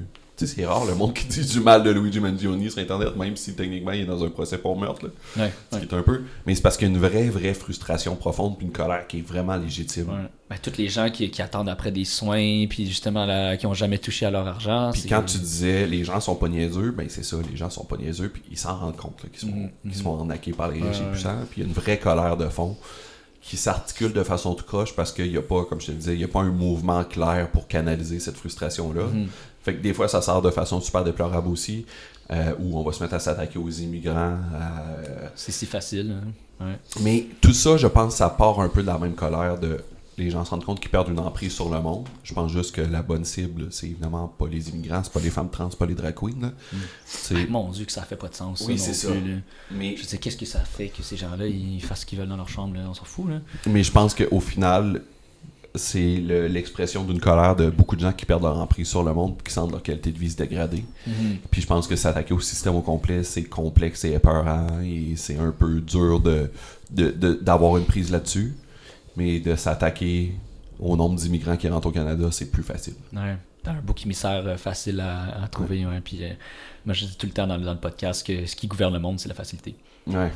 Souvent, c'est pas pour rien que le lobby du pétrole existe. Tu payes pour... pourquoi tu penses que tu irais pas marcher en Gaspésie? Parce qu'il y a un char, c'est plus facile. T'allais le prendre. Fait que, je pense que c'est pas mal ça qui... ben, c'est un peu comme Charlie Kirk aussi. Là, je veux dire, un peu la même histoire. Là, je veux dire, c'est vraiment une perte... une défaite pour la liberté d'expression puis tout. Tu sais, après ça, j'ai vraiment pas pleuré la peine de la mort de Charlie Kirk. Là. Non. C'est pas une grande perte pour l'humanité. Non plus. Mais après, tu sais, c'est ça. J'appelle pas à la violence.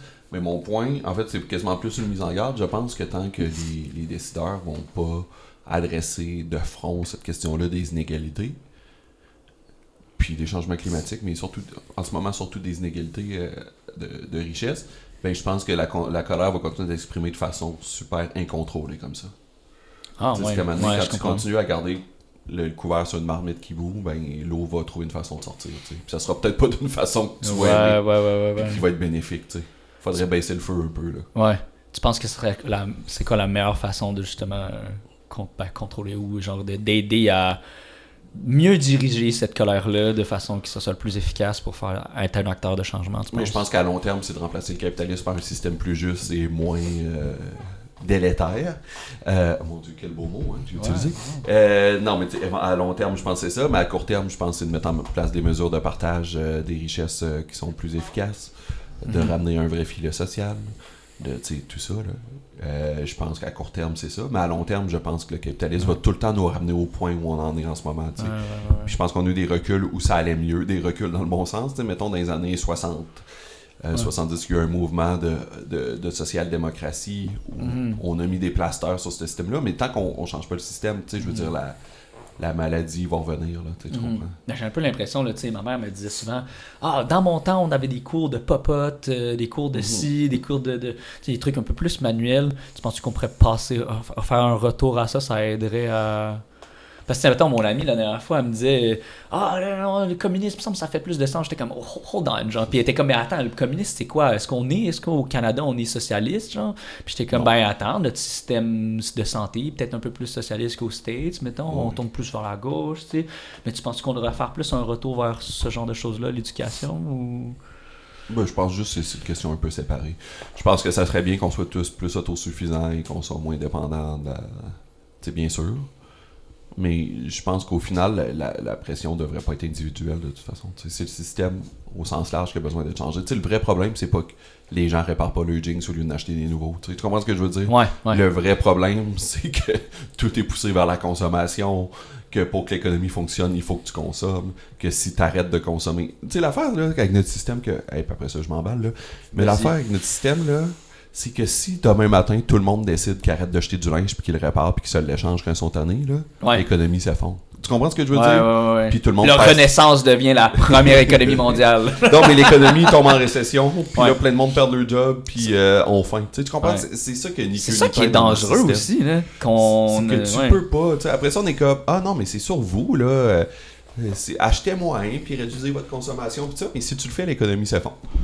Ouais, c'est ça. Mais c'est vous autres qui avez la responsabilité. Moi aussi, faites-le pas, faut stimuler l'économie. Puis là, t'es comme, OK, mais là, vous faites des demandes impossibles à des citoyens qui ont déjà trop d'affaires à gérer.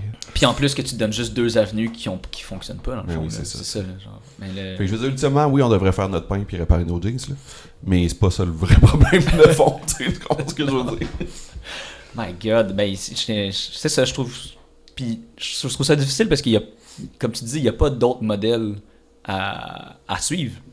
C'est difficile en ce moment d'en proposer d'autres. Moi, je pense qu'il y a une alternative intéressante avec les coops, mettons, ou que les travailleurs soient responsables de leurs propres entreprises et bénéficient des fruits de leur travail, mettons. Ouais. Parce que je pense aussi... Puis après ça, on est-tu là? On est-tu correct? On est tous corrects, on est tous corrects. J'ai une YouTubeuse que je suis, je suis un gros fan de jeux vidéo, OK? Puis je suis une YouTubeuse de jeux vidéo qui a un gros fond anticapitaliste, là. Puis à un moment donné, elle fait... Puis c'est con, hein, de toutes les places où saisir... On dirait que c'est là que j'ai saisi à quel point le capitalisme était absurde. C'est en écoutant une critique de jeu. Comme quoi ça peut être toutes les sources. Mais elle disait... Stephanie Sterling, si vous la connaissez. Je vais citer mes sources. Puis elle disait, mettons, là, demain matin, là, tu fondes une compagnie, OK, puis elle invente une pilule, là, que t'en prends une dans ta vie, là, puis t'auras plus jamais faim, t'auras plus jamais soif, t'auras plus jamais fret. Tu vas être heureux. Autosuffisant. Oui. Et tu prends cette pilule-là, t'as plus jamais besoin de manger, tu seras plus jamais malheureux. Puis en plus, ça coûte fucking pas cher à faire. Ta pilule, elle coûte 1 cent à faire. T'as avant 1 pièce, tu fais 100% tu fais 100 fois ton profit. Ouais, c'est ça, fait que 10 000%. En tout cas, peu importe. Tu fais 100 fois ton profit. C'est tellement un bon deal, là. Puis tu peux la vendre tellement pas cher que tout le monde sur la planète n'achète une. Même que ça soit aux États-Unis ou que ça soit au Sud-Soudan, tout le monde sur la Terre achète ta pilule à 10 cents parce que tu n'auras plus jamais faim et tu vas toujours être heureux. Ouais. À tes investisseurs à la fin de l'année, qu'est-ce qu'ils vont te dire? Pas bravo, t'as vendu une pilule à tout le monde sur la Terre. Ils vont te dire comment qu'on lui en vend 2 l'an prochain. Ouais, c'est vrai.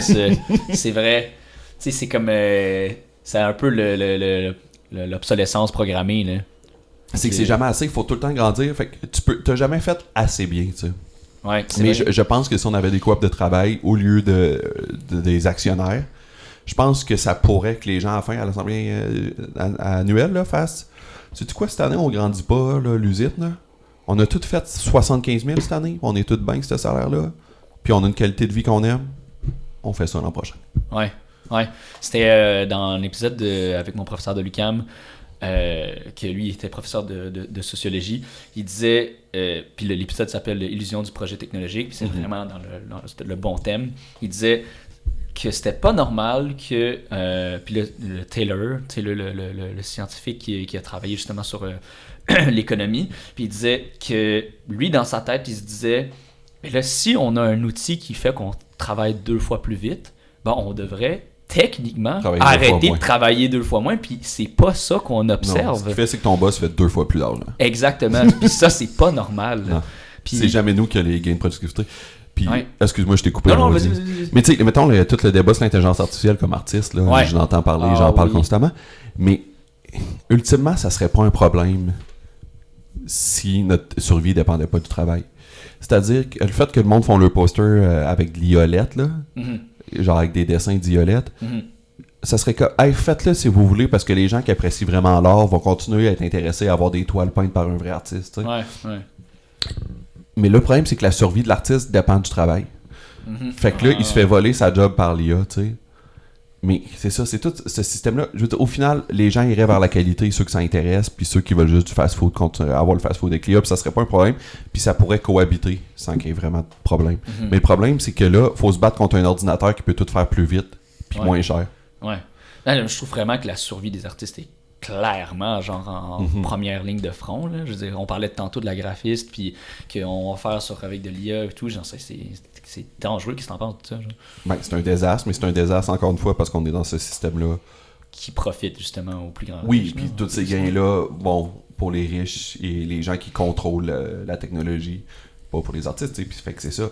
Mais si, mettons, on disait, hey, tous les artistes ont un revenu minimum, en fait, tout le monde devrait avoir un revenu minimum garanti, mettons. Je pense que ça serait une belle piste. C'est peut-être pas le communisme, mais tu sais que tout le monde a un salaire juste pour être un humain en vie, là. Ouais. Moi, je pense que ça serait un bon départ. Puis après ça, là, moi, comme artiste, là, que tu peux te faire un scénario de crotte, là, par une intelligence artificielle qui va te raconter la même histoire que t'as entendu 200 000 fois. Regarde, si ça te fait plaisir, c'est ça. Moi, je vais continuer à faire mon truc que je trouve intéressant, puis si ça t'intéresse, tu viendras le regarder. Tu sais, ça devrait être ça, en fait. Ouais. Tu penses-tu que, justement, comme tu dis, les gens qui consomment beaucoup de junk, là, qu'on va dire, là, que c'est comment qu'on fait pour faire en sorte que les gens, on dit tout le temps, j'ai un peu plus l'impression que ce que tu produis, c'est un contenu qui est plus niche, mais ça devrait pas l'être, genre. Qu'est-ce que tu penses qu'on devrait faire pour que les gens soient moins junk craving? C'est une dure question, là, tu vas dire. Mais c'est pas un problème qui me préoccupe, on dirait. Non? Pas tant que ça. Non, parce que c'est quand même un lien direct avec le public cible, non? Ouais, je comprends. Mais je pense que les gens peuvent être intéressés si tu leur présentes bien. Je pense juste que là, on est peut-être un peu surstimulé puis on manque de temps aussi pour vraiment se concentrer, se consacrer à des affaires. Mais moi, que les gens ont le goût d'écouter le chanteur masqué, ça me dérange pas. Non, c'est ça. Ça peut être divertissant, le chanteur masqué. Genre, je m'en fous un peu, honnêtement. Ouais. Dans le sens, c'est pas grave, puis je pense qu'un n'empêche pas l'autre, puis moi-même... je peux m'intéresser à des films d'auteurs, puis aussi, hier, j'ai écouté Batman de retour. Tu comprends? Ouais, c'est ça. Puis t'as le droit, puis c'est correct. Je me sens pas du tout mal d'avoir écouté Batman de retour hier. Je pense que t'es pas dans l'idéologie de shame. Non, vraiment pas. C'est vraiment pas. Puis je trouve pas ça... Tu sais, avant de me mettre à aimer des films d'auteurs, mon premier film que j'ai vu au cinéma, c'était Air Force One avec Harrison Ford. Tu comprends ce que je veux dire? Je pense que laisser les gens s'intéresser à la culture, là... Puis arrêter de les juger parce qu'ils écoutent pas la bonne affaire. Ça, je pense que ça repousse le monde beaucoup. Là. Ouais. Laisser les gens s'intéresser à la culture, puis à un moment donné, plus qu'ils en consomment, plus qu'ils vont être intéressés à découvrir des nouvelles affaires. Mais c'est un peu... Je pense que c'est le maire de Laval qui est allé à Tout le monde en parle. Oui, c'est ça, exact. Puis il disait tout le temps que... Il disait tout le monde, on critique tellement que la télé c'est en train de mourir, parce que justement les gens ils consomment justement sur les réseaux sociaux puis qu'ils s'informent là-dessus, puis c'est comme, c'est quoi le problème? Laissons les gens aller s'informer sur peu importe le média, autant que ça soit de la culture, c'est ça le plus important, je pense. Oui, c'est ça. Puis après on peut avoir des meilleures stratégies peut-être pour faire connaître notre culture et la partager et tout ça. Tu sais, ça je suis complètement d'accord. Je pense que on peut plus travailler là-dessus. Oui, puis tu sais, je pense que des fois on a des séries qui sont sur Tout TV qui ont un tout petit budget, qui n'est pas de promo, parce que, tu sais, à un moment donné, ils ont un budget limité Radio-Can, là, puis je dis même pas ça en reprochant le travail de Radio-Can, là. C'est sûr que c'est dur de combattre Netflix qui va mettre, genre des pubs, genre Stranger Things, moi, ça m'intéresse pas, là. Puis j'ai l'impression que j'ai rien vu du contenu Stranger Things depuis un mois, que c'est rien que ça partout, des bannières sur tous les sites, puis tu sais... Puis là, tu vas au Subway, puis c'est un verre de Stranger Things, tu sais, comme c'est... Star Wars inclus, les affaires, là, Là, je suis comme, tu sais, ça, c'est sûr qu'on se bat pas à armes égales, là, tu sais, j'ai des amis qui ont sorti une série sur Tout TV hier, j'ai oublié le nom moi-même, là, tu vois, genre...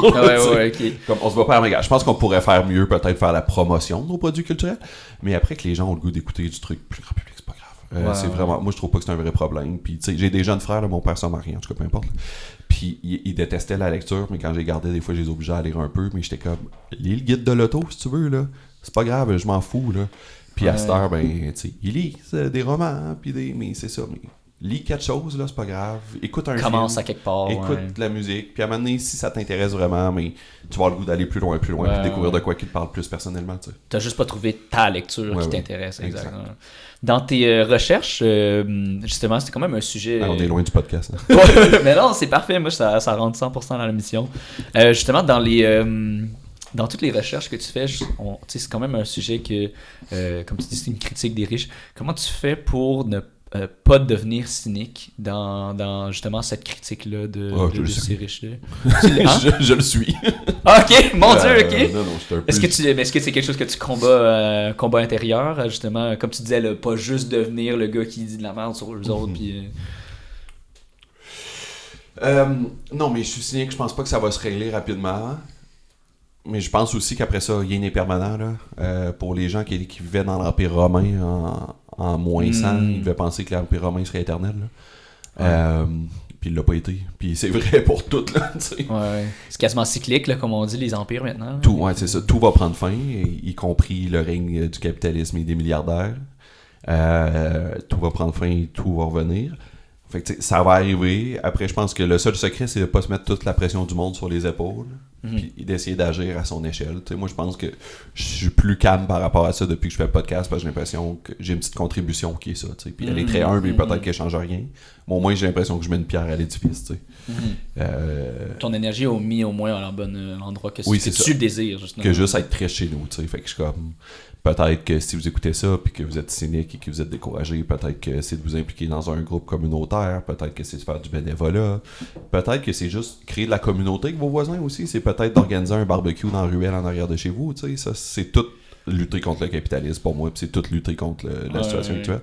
Faire un barbecue avec ses voisins, là, puis apprendre leur nom, mettons, puis je connais pas le nom de mes voisins, là, tu sais. Non, c'est ça. Je pense mais on dirait que dans cette réflexion-là, ces temps-ci, que tout ça fait partie. Peut-être que d'aller prendre un verre au bord du quartier tout seul, puis de parler au monde qui se tiennent là, ça fait partie de construire de la communauté, puis c'est un geste. Fait que je pense qu'il faut trouver un geste. C'est pas tous des gestes qui vont changer le monde. Vous serez pas tous Greta Thunberg. Après, si vous voulez tout l'être grand plus en face, ça serait cool. Mais t'empêches rien à cette ambition-là. Ouais. La plupart d'entre nous, on sera pas Greta Thunberg, puis on sera pas Malala Yousafzai, là. Ouais. Mais déjà, si on connaît le nom de nos voisins, puis qu'on dit à notre voisin âgé, hey, si jamais t'as besoin de quelqu'un pour aller chercher ton épicerie, je suis là, c'est déjà un bon geste. Là, Est-ce que tu trouves que ton podcast, lui, alimente un peu une guerre de classe? Ou comme tu sais que les... J'espère. Puis est-ce que c'est ça que tu désires? Ou de faire réaliser aux gens, ces maudits riches-là, il faudrait qu'on en fasse quelque chose? Hein? Ouais, j'espère que c'est ça la leçon que le monde retienne, que c'est pas juste Elon Musk qui est un weirdo, ce qui est le cas, là. Mais j'espère que les gens retiennent, en fait, il y a des riches qui ont des intérêts contraires aux vôtres et ils travaillent activement à vous nuire. Et il faut qu'on réponde à ça, on peut pas juste le subir, tu sais. Fait que oui, moi je pense que le plus gros angle d'analyse de tout en ce moment, c'est la guerre des classes, mais c'est pas ce que les gens en ce moment sont dans une dichotomie souverainiste fédéraliste, dans une dichotomie de souche immigrants, de droite, de gauche. Mais je pense que la vraie dichotomie en ce moment, là, c'est les riches et les puissants, puis les autres. Je pense que Occupy avait trouvé, ça a été le plus gros leg d'Occupy, mais avait trouvé un symbole puissant dans le 1%. T'sais. Ouais. Puis on fait toute partie du 99. Là. Tu dis qu'ils travaillent activement contre nos intérêts. Tu penses que dans tes lectures, surtout dans ce que tu vois, dans tes recherches, qu'est-ce que tu trouves qu'eux autres ils font? Hey, je vais me permettre un petit tease, un petit plug. Dans saison 2, j'en parle beaucoup de tous les privilèges que Jeff Bezos a eu jeune et comment il a activement travaillé à détruire ces privilèges-là, mettons. Okay. Puis je vais pas trop m'avancer parce que je vais laisser un peu de suspense pour l'épisode. Mais je pense que là, mettons, j'en fais la démonstration il y a eu beaucoup de privilèges et il vivait dans un monde différent du nôtre puis des enfants aujourd'hui. Est-ce que sa famille était déjà riche ou c'est ce que tu voulais dire? Ouais, sort of. OK. Mais au-delà de ça, dans la communauté, dans le système scolaire, tout ça, il y a eu des gros privilèges et lui travaille à ce que ces privilèges-là n'existent plus, tu sais. Pour les autres. Mais pour lui. Ouais. OK. Fait que, tu sais, est-ce que lui a eu le droit comme enfant dans le système public à Houston, au Texas, mettons? OK. Les enfants de Houston, au Texas, aujourd'hui, n'ont plus accès à ça, tu sais. En grande partie parce que des citoyens corporatifs ne payent pas leur juste part, tu sais. Oh, ouais. Oh my god, gros tease, mais il va falloir vraiment aller écouter la saison 2 pour... Excuse, je suis plate comme réponse. Non, ben juste, ben moi, tu sais, c'est comme mon invité hier, je parlais justement de mon d'un docteur mycologue, puis elle a dit, ben t'as piqué ma curiosité, je vais aller l'écouter. Fait qu'aller écouter Manger les riches, saison 2 qui va sortir, là, c'est for sure. Ben, là, sans chercher d'autres poches, mais tu penses qu'il y a des bons riches, par contre? Y a-t-il des riches que tu dis qui en font assez, ou qui font leur respect une mission qui est plus juste... Dans les petits riches, oui, là, évidemment, là. Tu sais, c'est-à-dire que... Ça, mettons, je donne par exemple Mike Ward qui, justement, en fait quand même vraiment beaucoup pour la communauté. Ouais, puis, oui. tu sais, le message de dire j'ai commencé l'humour grâce à toi, je suis venu à sous-écoute, ma lignée est allée, ou tu sais, c'est qui l'humoriste qui est quand même plus vieux Yvon Deschamps. Yvon Deschamps. Ouais, oui. Je sais pas pourquoi son nom m'échappe tout le temps, là, mais tu sais, lui, il y a une fondation. Oui, mais pour moi, ça, c'est pas des vrais riches. Tu sais, Ah, dans le sens ok. que je veux dire, genre, ok, ils sont millionnaires, là, mais tu sais, donc Yvon Deschamps vaut 5 millions, là. Ouais, non, Parce c'est qu'il a ça, travaillé ouais. fort comme artiste, puis il a pas exploité personne. J'étais un peu comme... Mais c'est... Ouais. Genre, il faut le respect pour Yvon Deschamps, je veux juste être Oui, clair, oui, là, genre, oui. autant comme artiste que comme homme. Genre, Mais c'est une autre échelle, tu C'est un parles. autre grand, mais c'est comme, c'est pas, il fait pas partie vraiment du problème. Mais je pense que quand t'es rendu à contrôler des fortunes de centaines de millions, tu peux pas par défaut être une bonne personne. C'est-à-dire, t'as beau faire autant de dons que tu veux. C'était la conclusion de la saison 1 du podcast avec Elon Musk. C'est que chaque matin, Elon Musk se lève avec la possibilité de régler la fin dans le monde, puis il décide pas Il ne le aujourd'hui. fait pas, ouais. Chaque matin, il pourrait se lever puis dire plus personne va avoir faim d'ici la semaine prochaine. Et il décide que, bah, non. Colonisation plan B à la place. Exact. Ouais, exact. Ouais. Puis il pourrait quand même poursuivre tous ses plans. Tu sais, il avait estimé dans le temps, là, je sais pas ce que c'était quelques milliards là, pour régler la fin du monde dans le monde pendant 1 an. Là. C'était 4 milliards, je pense, peu importe. Ouais. Il en vaut quoi? On a dit que toi, tantôt 482? C'est ça, c'est 480 milliards USD. Bon. Je regarde là pour la fin Ouais, du oui. monde. En tout cas, je laisse Dans cette Alexandre sortir le échelle-là, chiffre. ouais, exact. Mais je suis comme, hey, sur 480 milliards, comment que t'en dépenses 10 pour régler la fin dans le monde? Ouais, c'est Presque ça. 470 milliards. Ouais. Ouais, Fait c'est que ça. non. C'est un dîner au Ben et Florentine pour Oui, toi. Là. c'est ça. Fait que t'as beau ouvrir autant d'écoles à ton nom que tu veux, puis donner autant que tu veux à des fondations, t'es pas une bonne personne. Tu peux pas être une bonne personne. Ouais. C'était quoi? C'est comme là, aussi le parallèle que tout le monde connaît aussi. Là, c'est le budget militaire des États-Unis qui est... Tu t'en dépenses 1%, puis t'as 6 mois de la fin dans le monde Exact. qui est assez réglé. Là. Ouais. C'est environ 93 milliards de dollars par an. Par Pour la an? fin 93? Ouais, 93. Ah mon dieu, ok, c'est Donc, plus que je pensais. Mais en tout cas, c'est parce qu'il y a eu un truc, peu importe, là, c'était dans le dernier épisode, mais bon, 93, il resterait 400 milliards. Tu sais. En tout cas, c'est cinglé.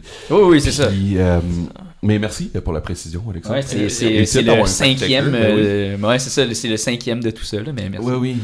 Puis, c'est quoi je voulais dire d'autre? Qu'à tous les jours, il se lève puis qu'il peut Oui. vraiment régler ça. En tout cas, c'est pas grave, peu importe. Mais. Fait qu'il y a pas de Ah bon oui, riche. c'est ça, tu sais, non, mais puis avoir, je vais avoir une lecture marxiste de la situation, mais aussi t'es devenu riche parce que t'as volé la valeur du travail de tes employés. Oui. Tu comprends ce que je veux dire? Ouais, c'est les gens en finance qui disent tout le temps, si toi t'as fait de l'argent, c'est parce que quelqu'un en a pas fait. Oui, exact. Tu sais, toi, t'as une usine de chaises, ton employé, il fait 10 chaises par heure, t'es vends 100$ chaque, tu fais 1000$ par heure avec son travail, tu le payes 50$ de l'heure. T'as gardé 950$ de la valeur de son travail à chaque heure. Tu sais, ça, c'était la lecture de Marx classique. Là. Ouais. Ça, c'est un peu compliqué parce que l'économie, c'est compliqué. Mais il reste que tu sais, t'es devenu milliardaire parce qu'il y a beaucoup de monde qui n'ont pas été payés la juste valeur de leur travail. tu sais. Ouais. Puis ça serait quoi la solution à ce que ces gens-là Ben, je voudraient pense, donner je plus? pense que c'est ça, c'est le système. Je pense que ça sera jamais assez de les supplier de donner. Puis je pense même que quand ils donnent, c'est imparfait de toute façon. Ouais. Fait que, tu sais, Ben, comme on disait tantôt, là, Oui. la construction des ponts pis ces trucs-là. Exact. Fait que j'étais un peu comme c'est pas la bonne avenue de comment que les milliardaires pourraient donner plus. Comme non, faut pas qu'il y ait des milliardaires. C'est ça l'affaire. Juste tout court, là. Ouais. Ok. Tu sais, tu disais tantôt qu'il fallait que tu voudrais qu'il y ait des collectifs qui se construisent. Tu l'imaginerais comment, ce collectif-là? Demain, là, t'as Ouais. tout l'argent du monde, là, est-ce que t'es devenu un Ben, je pense que mon premier mot, ça serait de ne plus être milliardaire. Là. Tu comprends ce que je veux dire? Je pense pas que c'est une bonne chose. Je pense pas que je serais un meilleur milliardaire que les autres. Je pense pas que c'est une bonne chose d'être milliardaire. Tu sais. Mais non, mais tu sais, je pense qu'une partie de la solution, en fait, c'est ça, c'est de reconstruire nos collectivités, c'est de connaître nos voisins, c'est de créer de l'entraide, puis de l'entraide qui passe ailleurs que par acheter des affaires. Tu sais. C'est niaiseux, je vais donner, puis je pense pas que c'est la solution. Là. Mais récemment, j'ai découvert une app qui s'appelle Partage Club. Ok. C'est quoi? Puis c'est une app que tu mets des choses à prêter ou que tu demandes des choses que tu as besoin. Oui. Et c'est interdit d'échanger de l'argent. Puis on dirait, genre, j'ai échangé, je voulais nettoyer mon divan. Puis là, je checkais pour acheter une machine, c'était genre une centaine de piastres, puis je sais pas 200 piastres. Puis j'étais comme, ça va me servir une fois aux 6 mois, là, au mieux, là, tu sais, je laverai pas mon divan de même, toi. Puis là, en louer une, c'était comme 80$ pour la journée. Puis là, j'étais allé sur Partage Club, puis il y a une fille qui habite à 3 coins de rue de chez nous. Elle m'a prêté. J'étais allé reporter, j'étais comme, hey, merci beaucoup. Puis après ça, j'ai mis des affaires à prêter. Genre une défroisseuse à vêtements chez nous. Tu sais, c'est comme un petit gun à vapeur. Ça aussi, là, ça me sert pas tous les jours. Là. Jamais, c'est pas tous les jours que je défroisse ma chemise. Là, je porte pas des habits tous les jours. Elle est venue le chercher parce qu'elle est photographe. Puis là, elle avait des shootings. Puis elle avait besoin de défroisser beaucoup de vêtements. J'étais comme pas avec. Elle est venue me l'emporter. Puis comme ça, là, ça devrait être plus comment on vit, je pense. Tu financerais ça, là. C'est le meme de Peter Griffin qui est comme Why aren't we not funding this? Je sais pas si je le financerais, ça n'a même pas besoin d'être financé. Je pense juste qu'il faut qu'on développe plus ce réflexe-là. Bon, je pense quand même que tout au BNL aurait besoin de quand même, c'est ça, des frais de. Je pense qu'il aimerait ça de l'argent pour développer l'app et peut-être la populariser et tout ça. Là. Mais il reste qu'au-delà des apps et tout ça, je pense juste qu'il faut qu'on développe ces communautés-là. Peut-être que ton voisin, il y a une perceuse, tu n'as pas besoin d'acheter. Moi j'en ai une justement, là, puis j'utilise une. Parfait, je vais partir avec ça. Why not? Si t'en as besoin, why not?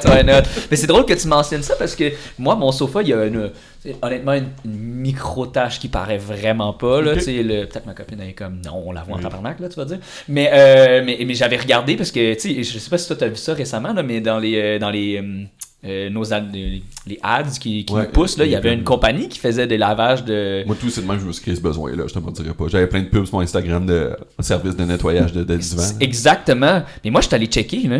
Hey, c'est cher en Titi, cette affaire-là. Là. C'était genre, ça revenait quasiment à 180$ ou 300$ juste pour laver. Mais j'étais comme, mais c'est le prix de mon sofa, bro. Moi, tout, je pense que c'était ça, ma soumission, 150 pour un petit divan 2 places. Puis là, j'étais comme, là, je sais pas. Là. Avec ça, sur Ikea, j'en rachète un autre à temps de minute. Là. Fait que c'est vraiment cool ton idée de collectif. Puis ça existe. Mon sofa est bien plus propre maintenant. Ouais, grâce Il a retrouvé son jaune d'antan. Puis il y a aussi, c'est quoi, il y a un autre collectif aussi que si tu prêtes juste des outils, là toi c'est vraiment plus... puis c'est dans Villeray justement en plus. Oui, j'ai oublié le nom, mais je sais de quoi tu parles. C'est une bibliothèque d'outils. Là. Ouais, exactement. Il y en a 4 à Montréal. Je pense qu'il y en a une dans Rosemont, une à Verdun, dans ces trucs-là. Fait que... mais que tu penses que... s'ils sont pas autofinancés, ils devraient être financés comme... Comment tu voudrais que le podcast pousse ça pour que justement il y ait plus d'outils et plus de trucs? La remise? La remise, exactement. Oui, voilà. Exactement. Je sais pas, c'est ma question. Je sais pas si ça va vraiment passer par le podcast, pour être honnête. Mais non, je rêve à un monde où on est plus là-dedans, en fait. Ok. Est-ce que tu fais un peu d'autodérision dans tes démarches d'écriture? Oui. Ben oui. C'est quoi qui t'anime là-dedans? Non, mais qu'est-ce que tu fais? Et évidemment, je ris tout le temps que moi aussi, j'aimerais ça être riche. Là, peut-être pas milliardaire, mais on aimerait tout ça. Puis on est tous un peu... Ouais, tu t'en caches pas non plus. Personne ne veut pas. Oui, tout le monde aime ça être confortable, puis pas se payer des vacances, puis manger dans des bons restos. Là. Ouais.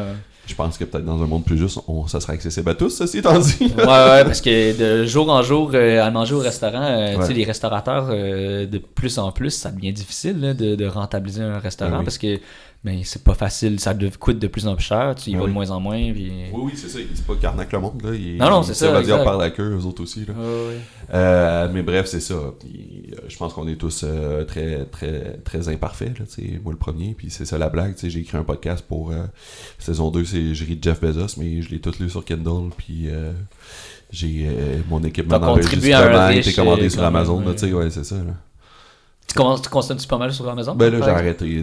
Surtout depuis Trump 2024, là, 2025. Là, c'est arrivé à l'occasion cette année, mais vraiment rarement. Mais après ça, c'est aussi ça que je dis, c'est super dur d'y échapper. Dans le sens où une partie du site du gouvernement du Québec est hébergée par Amazon. Oui, Amazon, c'est le plus gros fournisseur de services web. Le site de Télé-Québec est hébergé par Amazon. Le site de Netflix est hébergé par Amazon. Netflix, je savais, mais gouvernement du Canada. Et du Québec, oui.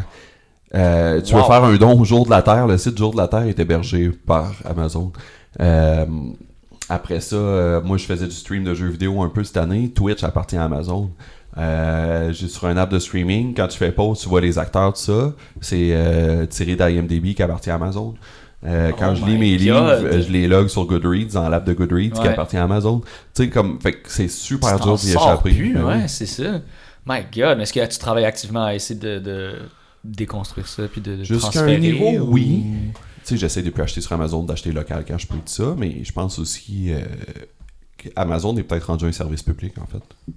Tu penses qu'eux autres devraient être un... Je pense qu'éventuellement, ça devrait peut-être être un service public au même titre que l'électricité. Il devrait avoir des lois sur ça, mais tu sais, même juste Google. Ouais. Juste Google, c'est planétaire, là, je veux dire. Puis je pense que ça prend une certaine sécurité nationale, là, tu sais, je veux dire, je sais qu'on parle de sécurité nationale, ça sonne très Trumpiste, là, dans cette histoire-là, mais ça reste quand même que le concept est vrai, là, je veux dire. Tu sais, Carney, il essaie de vraiment tout se détacher, tous les liens qu'on avait avec nos alliés. Là. Puis on a beau faire tous les boycotts qu'on veut des États-Unis, il reste que demain matin, ils tirent la plug, on n'a plus accès à Internet, là. Ouais. Comme tout est contrôlé par des satellites américains. Comme c'est ça c'est fou, là, tu sais. En tout cas, le monde est rendu interconnecté beaucoup et on est interdépendant. La globalisation existe, là. Ouais. Exact. Ça serait quoi le message que tu voudrais que les auditeurs retiennent de manger les riches au bout de la ligne? Vraiment le message clé que tu te dis. Je pense que tout est dans le titre. ouais, de tout ce qu'on a critiqué depuis. Non, mais je pense que je suis en colère contre les riches. Sincèrement, je suis en colère contre les milliardaires et je pense que cette colère-là mérite d'être partagée, d'être focusée sur eux et sur ce système-là et non pas sur les mauvais boucs émissaires qu'on trouve toujours. T'sais. Ouais. Est-ce que Colin, tu penses que ça va être ton collaborateur de long? Moi, tant qu'il va vouloir, il va être le collaborateur des saisons. Après, pour les épisodes hors série, j'aime ça inviter d'autres gens. On a fait un avec Vanessa Destinée. Ok, les hors série qui sont très cool. Ça. Entre les saisons, ça me permet de prendre un petit break aussi puis d'essayer des affaires. Puis de parler des gens qu'on connaît moins. Mettons, Jolo n'était pas connu du tout. Là, j'avais pas fait une saison dessus, mais pour un épisode, 2 épisodes dans ce cas-là, c'était le fun. Fait que ça, j'ai le goût parce que c'est le fun, puis il y a des gens qui m'en parlent et tout ça. Fait que j'aime ça avoir l'opportunité de collaborer avec d'autres gens. Mais c'est sûr que les saisons, tant que Colin va vouloir le faire, il va rester mon partner. Ouais. Est-ce que vous allez faire des épisodes sur les riches plus canadiens, plus proches de nos Québécois? On en parle. Je peux pas rien confirmer parce qu'on est encore en réflexion. Mais c'est dans les cartons, absolument. Ouais. Puis pourquoi ça serait important de pas juste parce que tu sais justement est-ce que tu dis tout dans les top 10 des plus grands riches, mais non. Pas de stratégie ou Non. C'est ce qui nous intéresse puis ce que je pense qu'il va faire une bonne saison puis ce qui est réaliste aussi. Il y a juste des gens qui n'ont pas beaucoup d'infos là. Ça c'est vrai, ouais. Mais c'est pas tout le monde qui a des bibliographies, 4 livres là, sur eux autres à lire. Là, ouais, je comprends. Je suis pas un journaliste non plus. Je fais juste quand même partager des infos que des vrais journalistes ont trouvées. Là, t'sais. Fait que je vais pas malheureusement commencer à faire une enquête sur Stephen Miller. Tu comprends ce que je veux dire, là, c'est pas ça qui va arriver. Là. Mais oui, fait que ça c'est une raison. Mais ouais, pourquoi je pense que c'est important d'en parler? Parce que je pense que c'est facile de croire à tort que c'est juste un problème d'Américains, puis c'est pas vrai. Il y a des milliardaires ici aussi qui justement tes hors-série c'est sur d'autres que des Américains là, justement que je trouvais ça super intéressant. Je connaissais zéro ce multimilliardaire qui est indonésien. Il était malaisien, c'est ça, exact. Malaisien en tout cas. Malais. Plus, en tout cas, moi j'en veux plus là, des hors-séries, là, je trouve ça super intéressant. En faire d'autres, c'est sûr, je vais en faire d'autres, puis c'était le fun de travailler avec d'autres invités aussi. Mais voilà, c'est ça. Fait que je pense que, tu sais, même au Canada, on est la victime de beaucoup. Je pense, mettons, un Galen Weston, tu sais, qui est en junior, là, qui est en charge des épiceries Provigo, Low Gloves. Puis je suis comme, mais là, ça a une vraie influence sur la vie des gens ici, là, tu sais. Ouais. Ça serait un épisode incroyable. Ouais, on y pense. Ouais. Merci vraiment d'être venu au podcast. Merci de l'invitation. Incroyable. Ça a été très le fun. Une bonne discussion. J'ai soif maintenant. J'ai bu beaucoup d'eau. J'ai parlé beaucoup. Là, pour boire un grand verre d'eau. On va te remplir ça tantôt. C'est bon. On peut te suivre où pour... mettons que je suis un humoriste et je cherche un writer. Ou juste si vous voulez suivre le podcast, il n'y a pas de compte pour le podcast. Fait que c'est vraiment Instagram, PL Wallet. Ou vous pouvez suivre mon collègue aussi, Colin Boudria. OK. Y a-tu un site internet ou un jour, tu penses qu'il va y avoir tout ça? Peut-être, mais pas pour le moment. Okay. Puis surveillez la saison, comme je dis. L'épisode va sortir quand, ça? Lundi prochain. Lundi prochain? OK, fait que ça sera pas sorti. Déjà un d'hier, là, donc... Parfait. Fait que d'ici Noël, vous devriez voir apparaître sur vos fils Manger des riches. Fait que suivez-nous et ça s'en vient bientôt. C'est vraiment un beau cadeau de Noël que tu nous donnes. Merci. Je vais vous accompagner sur la route. Comment t'as aimé ça, l'épisode ici? Ça a été très le fun. Je pensais pas qu'on parlerait d'affaires aussi deep. On est allé loin. Ouais, ben c'est justement le but d'offrir, je pense que c'est ça le but du podcast, c'est que ça soit une conversation vraiment comme open, chaleureuse. Je pense que c'est devenu une tradition de tout le temps mettre une petite chandelle bien tranquille, surtout que c'est un podcast maison aussi, là, ça donne, je pense que c'est plus convivial, puis ça donne plus la place à, moins chronique, comme tu dis, rien d'enlever à Radio-Canada, mais au moins que c'est pas genre 3 minutes, rapidement, vite, là. Fait que, très fun, très convivial, très chaleureux. Ouais. Puis, voilà. Maintenant, je dois être sur une liste de la GRC, j'imagine, avec tout ce que j'ai dit. Non, moi, je pense pas du tout, voyons donc. Je voulais dire merci à mon collaborateur éditorial, que j'ai donné son titre aujourd'hui dans sa petite carte, à Alex Bello, qui est venu m'aider dans le podcast. Merci pour tous les petits fun facts. Mais de rien, un grand plaisir, c'était très intéressant. Je voulais parler de ça. Ouais. Donc, j'ai oublié de te donner ça, mais je vais te donner la merch du podcast, qui est justement le QR code sur... c'est mon père qui confectionne ça. C'est construit à partir d'un... Tu sais, les barreaux de lit de bébé, là. OK. Fait que c'est vraiment dans le concept d'économie circulaire. Il a collé ça, puis moi, j'ai une laser engraver. Puis voilà, fait que... C'est bien cool. Fait que si les gens veulent écouter ton épisode, le QR code nous donne vers le Linktree. Puis ça va être l'épisode, vous avez juste à le scanner. Fait qu'il y a un petit souvenir du podcast. Ben, merci, mon Dieu, c'est très mignon. Ben oui. On salue ton père. Ben oui, j'espère que tu vas écouter son épisode. Absolument. J'espère que ça va t'éclairer puis te donner justement un peu plus de gratitude. C'est ce qui est dans la conclusion du podcast aussi. Donc, merci d'avoir été des nôtres au podcast Écologie et Société. Si vous avez été interpellé autour de vous, partagez-le sur Linktree, Instagram, il y a aussi LinkedIn aussi.